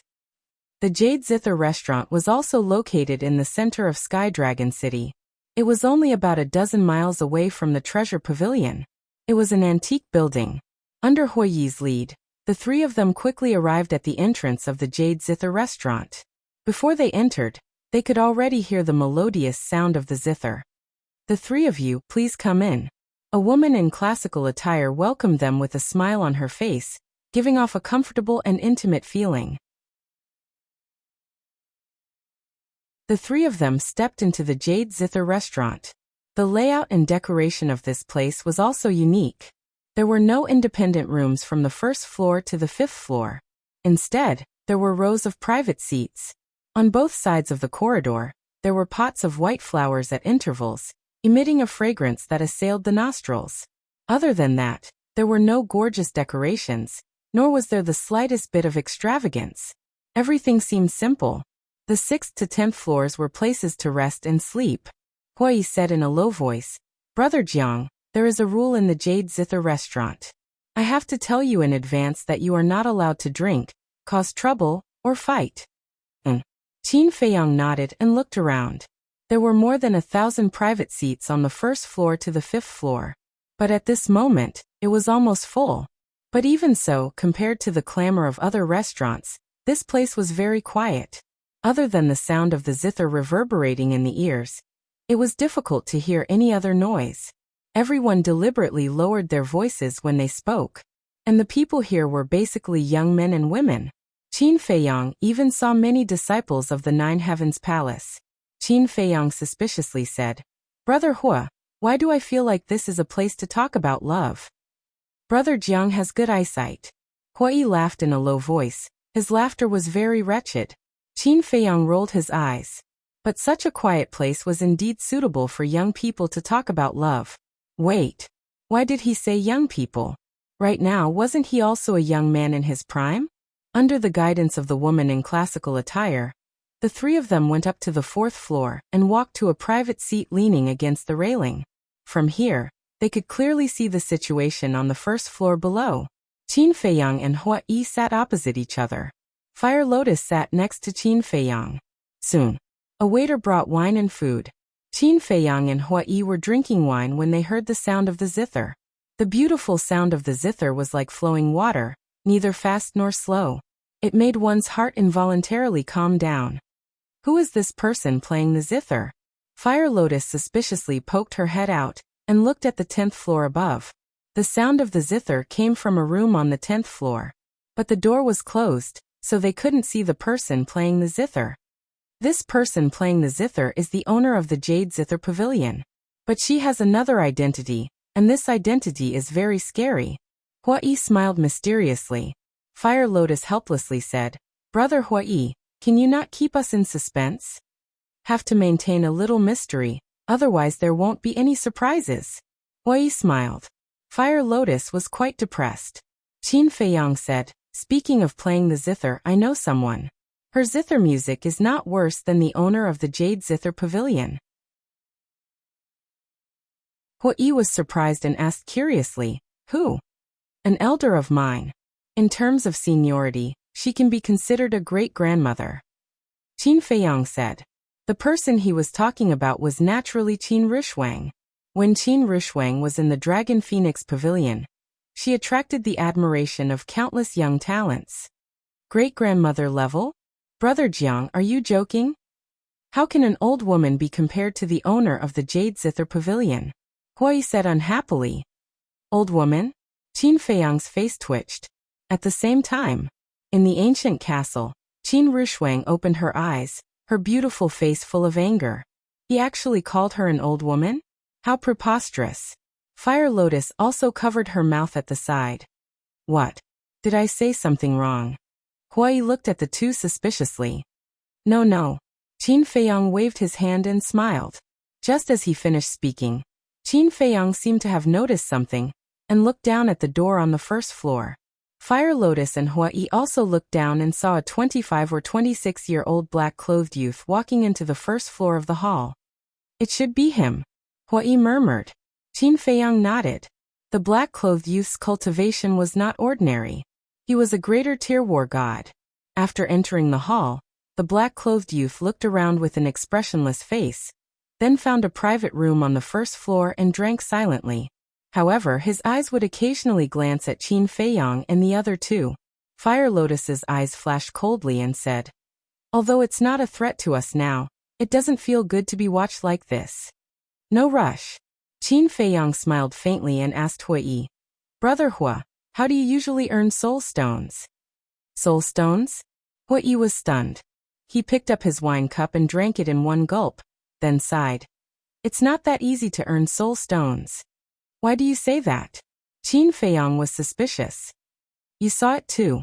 Even the treasure pavilion uses divine crystals to trade, so it's very difficult to earn soul stones," Hua Yi said. Qin Feiyang frowned. "There must be a way, right? With enough soul stones, everyone's strength would be able to increase quickly. So no matter what, they had to get soul stones. Soul stones are priceless. Even if there are, no one will sell them. Take the treasure pavilion for example. As far as I know, not only do they have soul stones, but they also have soul veins. But they don't use soul stones to trade. Unless there's some treasure that they value," Hua Yi said. Literature Museum. You're tuning in to the Li Mei's Wuxia Whispers YouTube channel. We're so grateful for your support, and don't forget to subscribe to join us on this incredible journey through captivating stories. Your generosity through donations truly makes a world of difference, as it's the primary source of revenue that allows me to expand and enhance this channel for you.